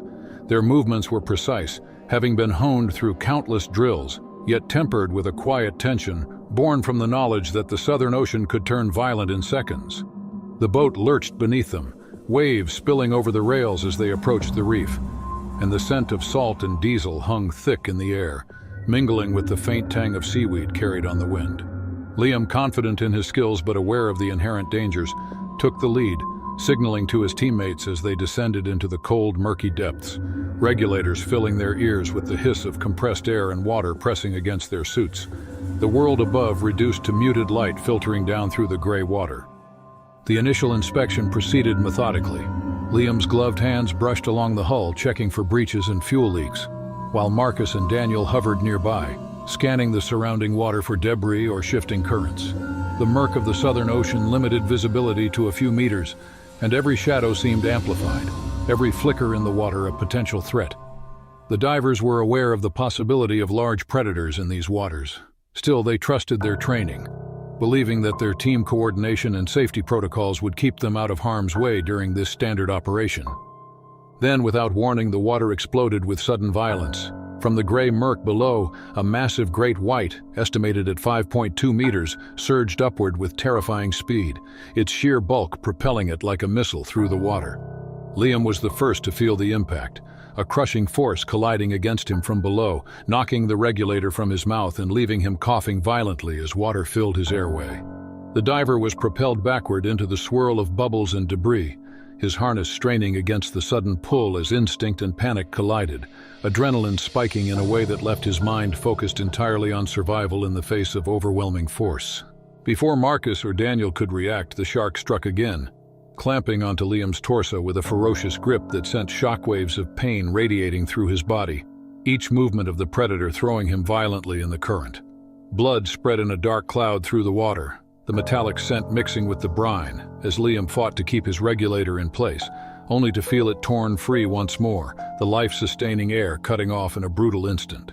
His emergency tether, designed to anchor him to the vessel and maintain team connection, snapped under the force of the spiral drag, leaving him isolated in the turbulent water.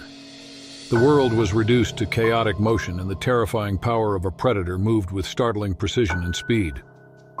Marcus and Daniel lunged toward him, their hands gripping at the water, attempting to divert the shark's attention. Still, the predator, driven by instinct and curiosity, turned and attacked again, its massive jaws closing with bone-crushing force and tearing Liam free from the last point of restraint.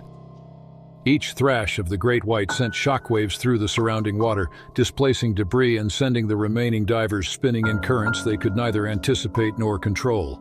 The scene was a maelstrom of bubbles, blood, and the inescapable violence of nature unleashed. Above, the rescue boats strained their engines against the swell, the crews shouting over wind and waves, deploying ropes and poles in desperate attempts to reach the divers, their eyes scanning the dark water for any sign of survival.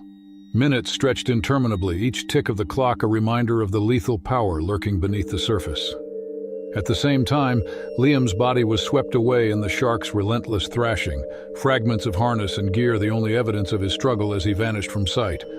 Marcus and Daniel fought to maintain their own positions, battered by currents and terror, their lungs burning, hearts pounding with a mixture of fear and professional urgency, knowing that even a brief distraction could prove fatal in these waters. When the boats finally reached the last known location, the aftermath was stark. Only fragments of diving equipment remained, torn gloves, a regulator clipped to nothing, and sections of harness floating among the turbulent waves, blood seeping into the gray swell like ink in water. Liam's absence left an invisible void, the weight of his loss pressing on the surviving divers as they were pulled aboard, shivering and soaked, their minds struggling to process the sudden violent rupture of a mission that had begun with routine precision and confidence. Back on the harbor, the Coast Guard initiated a thorough review of the incident, confirming the presence of a massive great white in the area, but was unable to retrieve Liam's body. For his teammates, the experience remained indelibly etched in memory. The sudden eruption of power from the depths, the violent contact that tore equipment and threatened life, the cloud of blood spreading and distorting the water around them, and the moments of desperate effort to save one of their own before the unforgiving currents and predators claimed him entirely. The mission, intended to prevent environmental damage and maintain safety, had ended in tragedy, a sobering testament to the unpredictable dangers that even the most skilled and prepared rescuers face when confronting nature at its most raw and unyielding. Though seasoned divers Marcus and Daniel returned from that day changed, their understanding of the ocean's power had intensified, and the terror and skill displayed by the Great White were a stark reminder that experience could never eliminate risk. That survival, even in the hands of experts, often depended on chance, timing, and the merciless randomness of predator and sea. Liam Foster, one of the coast's most respected rescuers, was lost to the deep, leaving behind a legacy of professionalism, courage, and an enduring reminder of the gulf between human preparation and the uncontainable force of nature that moves beneath the waves, unseen and indifferent to human ambition or effort. On August 17, 2024, the sun-drenched beaches of the Canary Islands were alive with the sounds of a summer festival, music booming, crowds cheering, and the smell of salt and grilled seafood mingling with the sharp tang of sunscreen and ocean spray. Among the scheduled events was a highly anticipated jet ski show, featuring daring stunts meant to thrill spectators along the golden sand. Luis Ortega, 26, a professional stunt rider with years of experience navigating waves and performing precision maneuvers, was the star of the finale, known for his fearless approach and technical skill.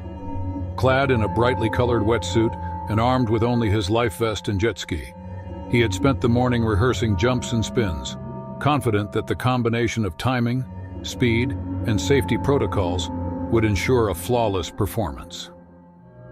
The crowd watched eagerly as Luis executed the final run of the show, weaving through buoys and arcs of spray, performing backflips and wheelies with practiced grace, the sun glinting off the water in a dazzling display. The finale called for him to leap from his ski into the sea, riding alongside the support boat as it sped toward deeper waters, a stunt meant to impress the audience with both daring and coordination. Luis accelerated, feeling the familiar rush of wind and salt spray, his eyes fixed on the marker where he was to hit the water safely. The roar of the crowd blended with the pounding surf, adrenaline coursing through every fiber of his body. But the execution faltered in the final moment. Instead of landing near the boat's protective hull, a slight miscalculation of speed and angle, combined with the uneven swell of the late afternoon sea, sent him splashing down far from the intended zone. His body plunged into water deeper and colder than anticipated, separated from both the craft and the buoyant safety devices meant to protect him. For a fleeting instant, the world was a blur of spray and sunlight, his limbs flailing instinctively as he tried to orient himself, aware that the support boat seemed further away than it should have been. The choppy water pushed him slightly beneath the surface with every passing wave. From the depths below, movement caught the eye of a predator. A 3-meter shortfin mako, fast, streamlined, and driven by instinct, surged upward at incredible speed, drawn to the commotion and the frantic splashes that resembled struggling prey. In a single explosive motion, it collided with Luis's side, teeth sinking deeply into his upper arm and spinning him violently in the water, the force of the impact sending shockwaves through his body. Blood erupted around him, crimson spreading in the clear blue, twisting and churning in eddies that reflected both the sunlight and the sheer violence of the attack. Pain radiated in every direction, muscles torn, skin shredded, yet his survival instincts surged, heart hammering, lungs gasping against the cold, the chaos of predator and sea merging into an overwhelming storm of sensation and terror. Rescue efforts were immediate. Crew aboard the support boat and lifeguards stationed on nearby jet skis raced toward him, poles striking the water in frantic arcs to ward off the predator, splashing aggressively to signal that the human was not easy prey. Every movement of the mako was lightning fast. The predator circled and snapped within inches of Luis, testing, striking, and retreating only to return seconds later, its immense energy and natural aggression on full display. Each pass threw water into violent roils, twisting Luis's body in currents beyond his control, shredding his wetsuit and life vest, and leaving him exhausted as blood mixed with the salt spray. A vivid reminder of the danger inherent in a creature built to dominate the open sea. The shark struck twice more, circling fast and snapping, each pass precise, its head cutting through the surface with a fluid, terrifying grace that seemed almost mechanical in its efficiency.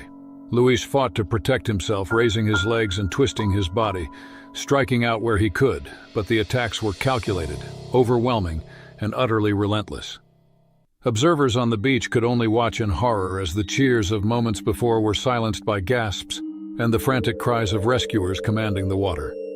Finally, with the combined effort of rescue personnel on jet skis and the support boat, Luis was hauled aboard, unconscious, his body slick with blood, his arm mangled beyond repair, veins and muscles shredded in a way that left no possibility of saving the limb.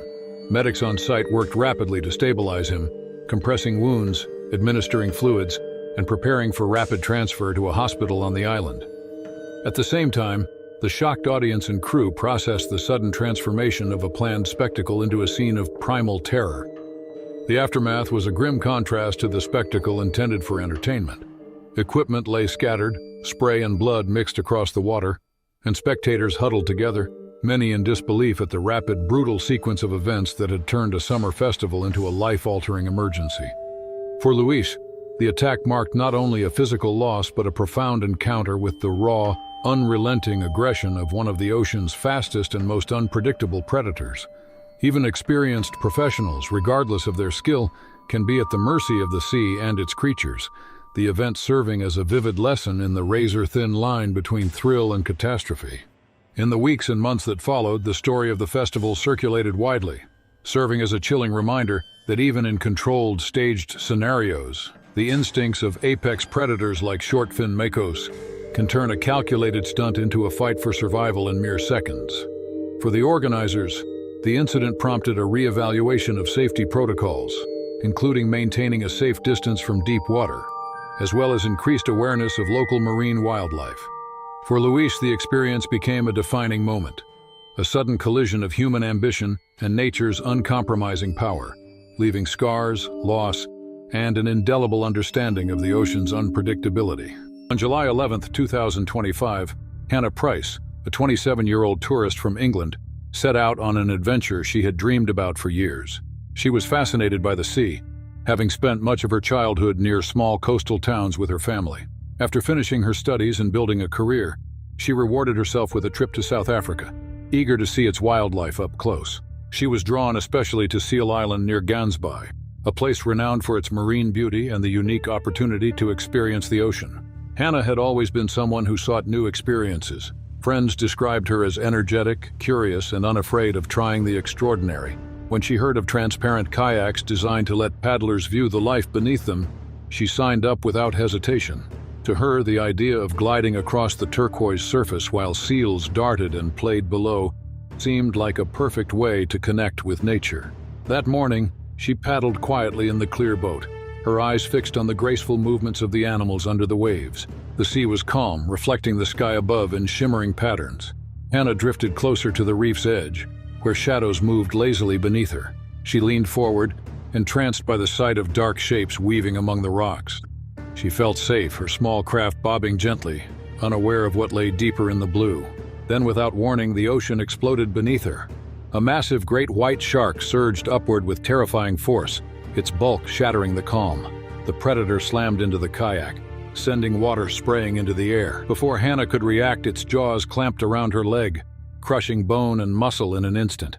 The clear plastic hull cracked and splintered under the violent impact, pieces breaking apart as the shark thrashed.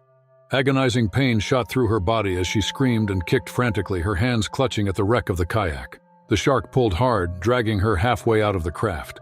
Blood poured into the water, turning the turquoise sea into a cloud of red. Hannah flailed desperately, trying to push herself back, but the predator's strength was overwhelming. It twisted and shook, tearing through clothing and flesh while splintering the kayak further beneath her. Alone on the open water, Hannah clung to the fragments of her sinking craft, her body trembling and weakening with every second. The shark circled, its shadow moving just beneath the surface before rushing upward again.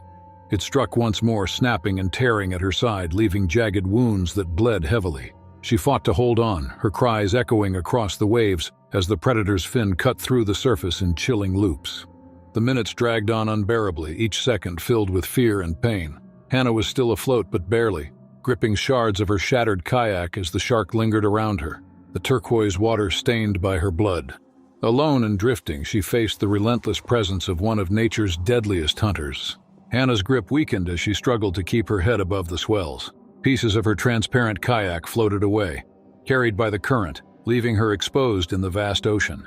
The shark circled close, its powerful body slicing the water in steady arcs, a silent reminder that the attack was not yet over. Blood swirled around her, each wave carrying red streaks farther out, spreading like a signal in the sea. Just when it seemed she would slip beneath the surface, the sound of an approaching engine broke through the chaos. A small tour boat scanning the waters near the island spotted her. The crew on board recognized the urgency and pushed the throttle hard, cutting through the waves as they rushed to her side.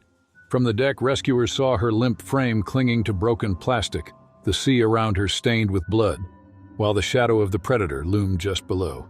As the vessel drew closer, crew members leaned out, slapping the water with poles and tossing flotation devices in an effort to distract the predator.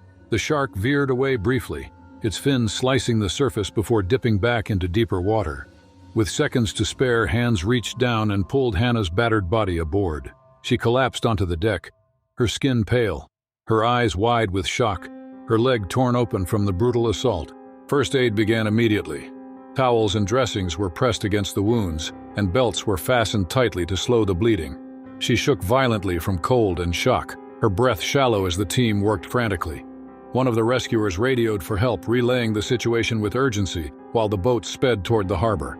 The sea that had seemed calm and welcoming only hours earlier now stretched behind them like an endless threat. When they reached shore, paramedics were waiting with stretchers and equipment. Hannah was rushed into an ambulance, sirens wailing as it carried her to the nearest hospital. Surgeons were alerted ahead of time, preparing for emergency procedures to save her life and salvage her damaged limbs. Hours of operations followed as doctors fought to repair the deep lacerations, fractured bones, and torn tissue left by the predator's teeth.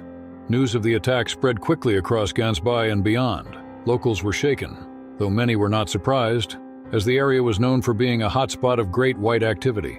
Tour operators tightened safety protocols, warning visitors that transparent kayaks carried heightened risks in shark territory. Marine experts reminded the public that while encounters were rare, sharks were unpredictable, and the line between adventure and danger could be crossed in an instant. Hannah's survival was described as remarkable, though the injuries left her permanently scarred.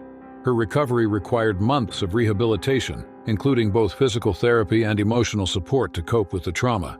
For her, the turquoise waters that had once promised beauty and wonder would forever be remembered for the day they revealed their most brutal truth. On July 22, 2025, a small seaplane carrying 5 people took off from a Bahamian airstrip, bound for a nearby island.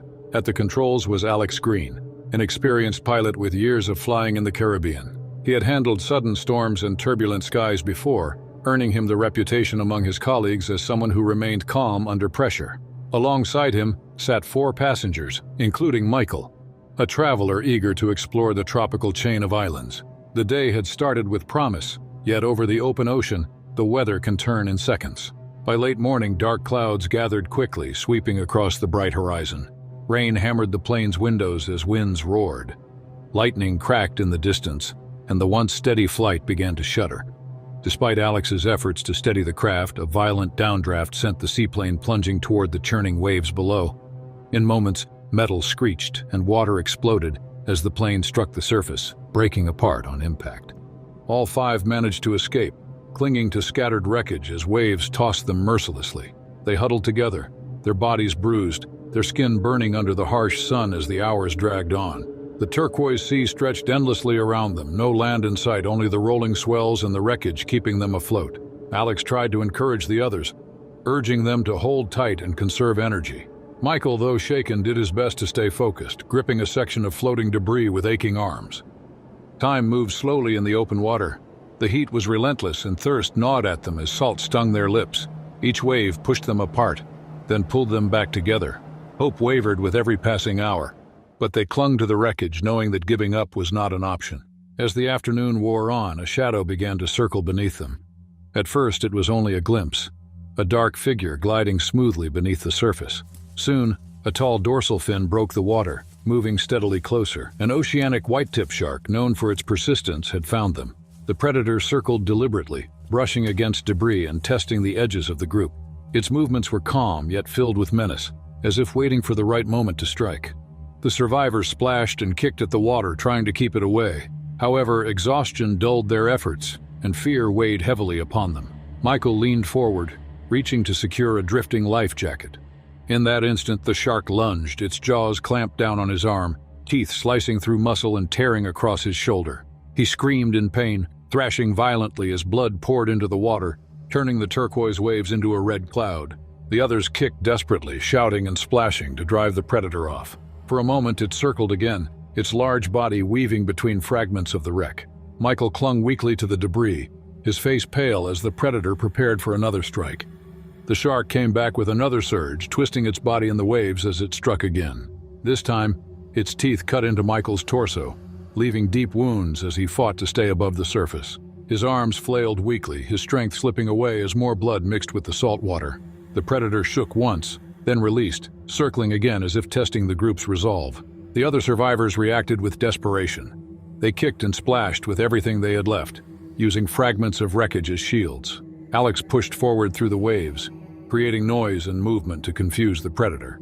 Their combined effort made the shark hesitate, It glided in wide arcs, watching, its dorsal fin slicing across the surface, before dipping again into the blue. Michael clung to the wreckage, trembling and gasping, his blood trailing behind them in the current. His shoulder and chest were badly torn, but he refused to let go. The group closed in around him, forming a barrier to shield him from further strikes. Each minute felt stretched into hours as the ocean pressed down with silence, broken only by the slap of waves and the faint hiss of wind over the water. The predator circled a final time, then turned into deeper water. For now, it was gone, but the fear lingered. Every shadow beneath the waves set nerves on edge. The survivors stayed close together, too terrified to drift apart. They adjusted their grip on floating debris, tightening their hold whenever the sea rose high and threatened to scatter them. The sun burned hotter as time passed. Sweat and salt blurred their vision and their muscles cramped from exhaustion. Michael grew weaker, his face pale, his body shivering despite the heat. The others spoke quietly to keep him awake, urging him to focus on the wreckage beneath his hands. Blood continued to seep slowly into the water, a constant reminder that the danger was far from over. As the afternoon stretched on, hope wavered, but the distant hum of an engine broke the monotony of the sea. A U.S. Coast Guard patrol boat appeared on the horizon, growing larger as it sped across the swells. The survivors raised their arms, waving frantically despite their drained bodies. Relief washed over them as the boat closed the distance, rescuers leaning over the side to haul them aboard one by one. Michael was lifted last, his body limp but alive. Crew members pressed bandages over his wounds, working quickly as the boat turned toward land. His survival depended on urgent medical care, but he was breathing, his chest rising with effort. In the aftermath, doctors confirmed he would live, though his recovery would take months. The scars across his body told the story of what had happened in the open ocean that day. For Alex and the other survivors, the memory of circling fins and Michael's screams would remain a lasting reminder of the dangers that follow in the wake of disaster. On May 21, 2025, a U.S. Navy SEAL team carried out a low-light training mission in a shallow inlet along the Florida coast. The team was part of an elite group tasked with practicing stealth and navigation in challenging water conditions. Among them was Petty Officer Ryan Callahan, a 29-year-old who had earned respect from his peers for his determination, focus, and discipline. Ryan had grown up near the sea, spending much of his youth swimming, diving, and building endurance in coastal waters before pursuing a military career. His background had prepared him for demanding environments, yet no training could fully anticipate the dangers hidden beneath murky tides. The inlet was chosen for its difficult conditions. The water was clouded with sediment. Visibility was poor, and shadows stretched across the surface as dusk gave way to night. The soldiers moved carefully, their bodies low and their gear secured as they rehearsed tactical movement. The purpose of the exercise was to simulate real operations, where silence and precision were critical. Each man understood the risks of working in unpredictable environments, but they trusted in their preparation and the presence of their teammates. As the group advanced, Ryan stepped aside toward a buoy marker that needed to be adjusted for navigation. He moved into slightly deeper water, his body dipping lower, unaware of the predator lurking nearby. Beneath the inlet, a bull shark patrolled in silence. Known for their aggression and tolerance for shallow, murky waters, bull sharks often hunted where humans might feel secure. The vibrations from the team's movements and Ryan's shift toward the buoy were enough to draw the animal closer. In a sudden burst, the predator lunged upward. Its powerful jaws clamped around Ryan's calf, the pressure immediate and crushing. The force knocked him off balance, sending him thrashing into the water as pain surged through his body. The attack was so swift that the team reacted almost instantly, shouting warnings and rushing toward him. Blood began to cloud the already dark water, mixing with the tide as Ryan fought to push himself upright.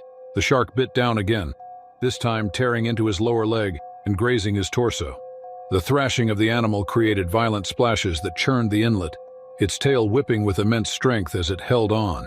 Ryan struck at the predator with his free hand while his teammates formed a barrier, kicking and striking with boots, using every ounce of force to drive it back. The struggle was chaotic, every second stretching long as the predator circled again, testing the resistance.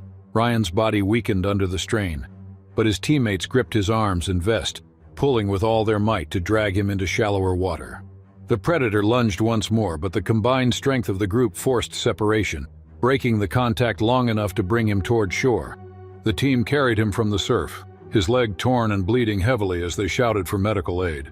Training had turned into a fight for survival in an instant. The soldiers rushed Ryan onto the sand, their uniforms soaked and heavy as they lowered him carefully. His injuries were severe, blood running across his leg and pooling quickly beneath him. Emergency gear was pulled open as trained hands worked rapidly, applying pressure and bandages to slow the loss of blood. The once controlled training session had turned into a desperate battle to save their teammate's life. The inlet around them carried a strange silence in the wake of the chaos. The water rippled gently again, yet every man knew the predators still lurked close by, hidden just beyond the dim light. None dared step back into the surf, their focus fixed entirely on the wounded man before them. The smell of salt and iron mixed in the air, the scene marked with urgency and fear. Ryan's breathing was sharp and uneven, his face pale as the pain pulsed through every nerve. He clenched his jaw while the medics worked, wrapping his lower body tightly to slow the bleeding. The damage was extensive, deep lacerations carving through muscle, with torn skin and fractured bone, leaving his leg in terrible condition. The shark's second strike had left a gash across his side, shallow but painful. Another reminder of how close he had come to losing more than just his limb. Flashing lights soon appeared on the horizon as a military support vehicle arrived, summoned by urgent calls from the team. Stretchers were laid out, and Ryan was carefully lifted onto them. His teammates walked alongside him, silent, each carrying the weight of what they had just witnessed. The predator had turned their training ground into a battlefield, and the suddenness of the attack left them shaken. He was rushed to a nearby naval base where doctors worked through the night to repair the injuries. Surgery stabilized him, but recovery would take weeks, if not months. Though his life had been saved, the scars across his leg and torso would remain as a lasting mark of the encounter. The shark had nearly taken everything in only moments, a stark reminder of the vulnerability even the strongest soldiers faced in nature's domain. Back at the inlet, the exercise was halted indefinitely. Commanders issued immediate reviews of safety procedures, acknowledging that even shallow waters could not be assumed safe. The bull shark had shown no hesitation, proving how unpredictable and aggressive the species could be when drawn to movement and disturbance. Experts explained that murky, low-light conditions increased the risk, as predators relied on sudden bursts and mistaken identity to strike. Ryan's story spread quickly through the ranks and into wider news outlets. He was hailed for his resilience, though he admitted later that survival had only been possible because of his team's swift actions. For the Navy, the event became both a cautionary tale and a testament to the bonds of soldiers who fought for one another in every circumstance. Though scarred, Ryan lived, his ordeal serving as proof that apex predators can turn any controlled drill into a fight for survival within seconds.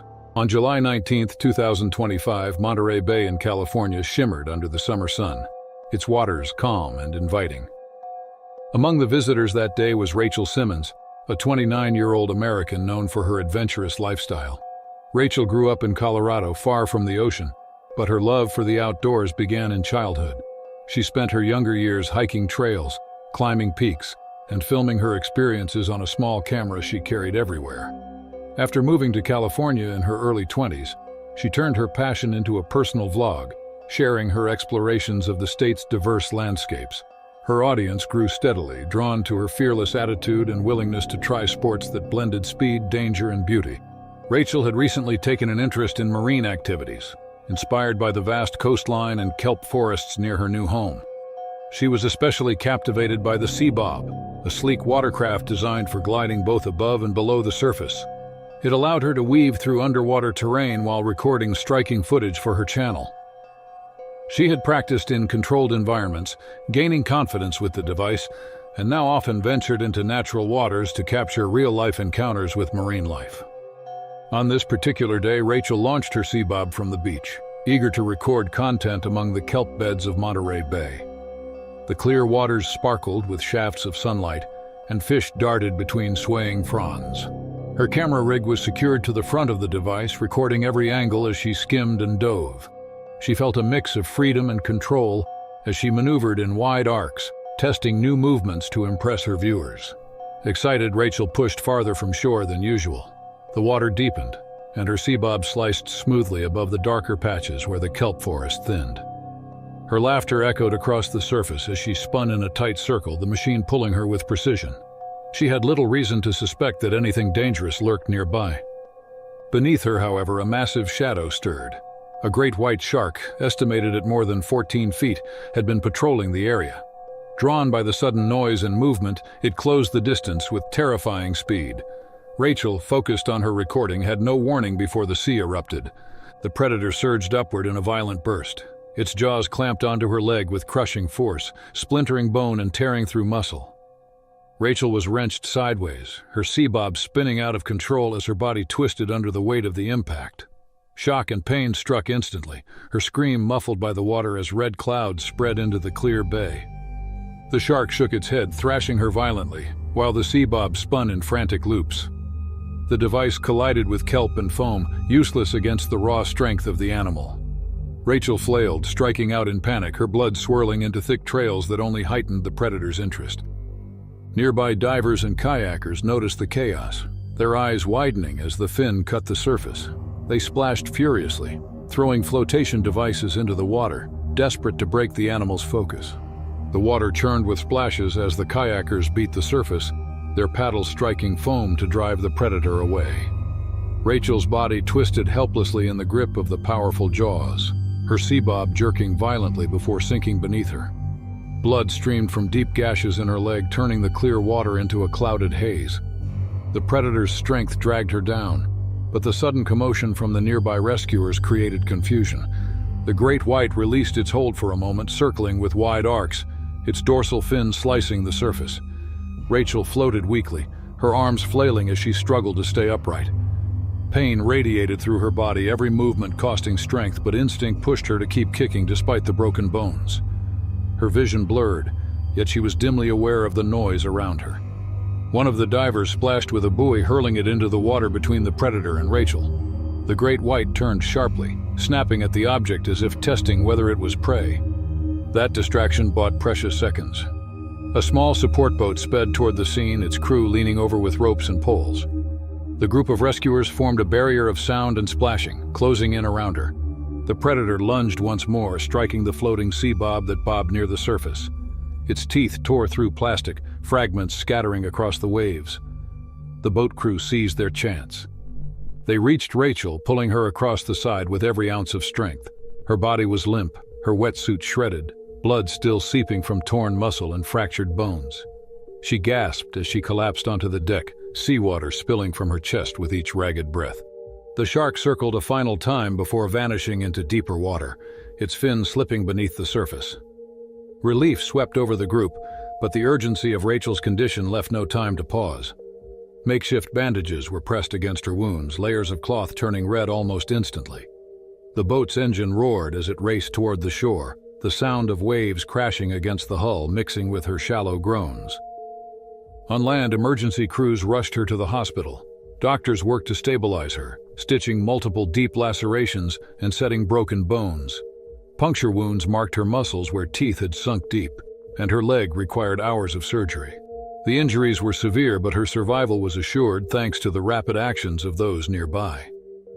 News of the violent encounter spread quickly, drawing national attention. Experts explained that great whites are apex predators, capable of explosive bursts of power even in shallow coastal waters.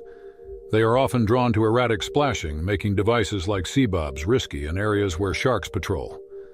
Authorities urged caution, reminding visitors that the bay, though beautiful, lies within the natural hunting grounds of these animals. For Rachel, recovery became more than physical. The attack left scars across her body and memories etched in her mind. Her passion for adventure did not vanish, but the reminder of the ocean's raw unpredictability reshaped her perspective. The encounter showed how swiftly a moment of thrill could turn into a fight for life, a reality that left her forever changed.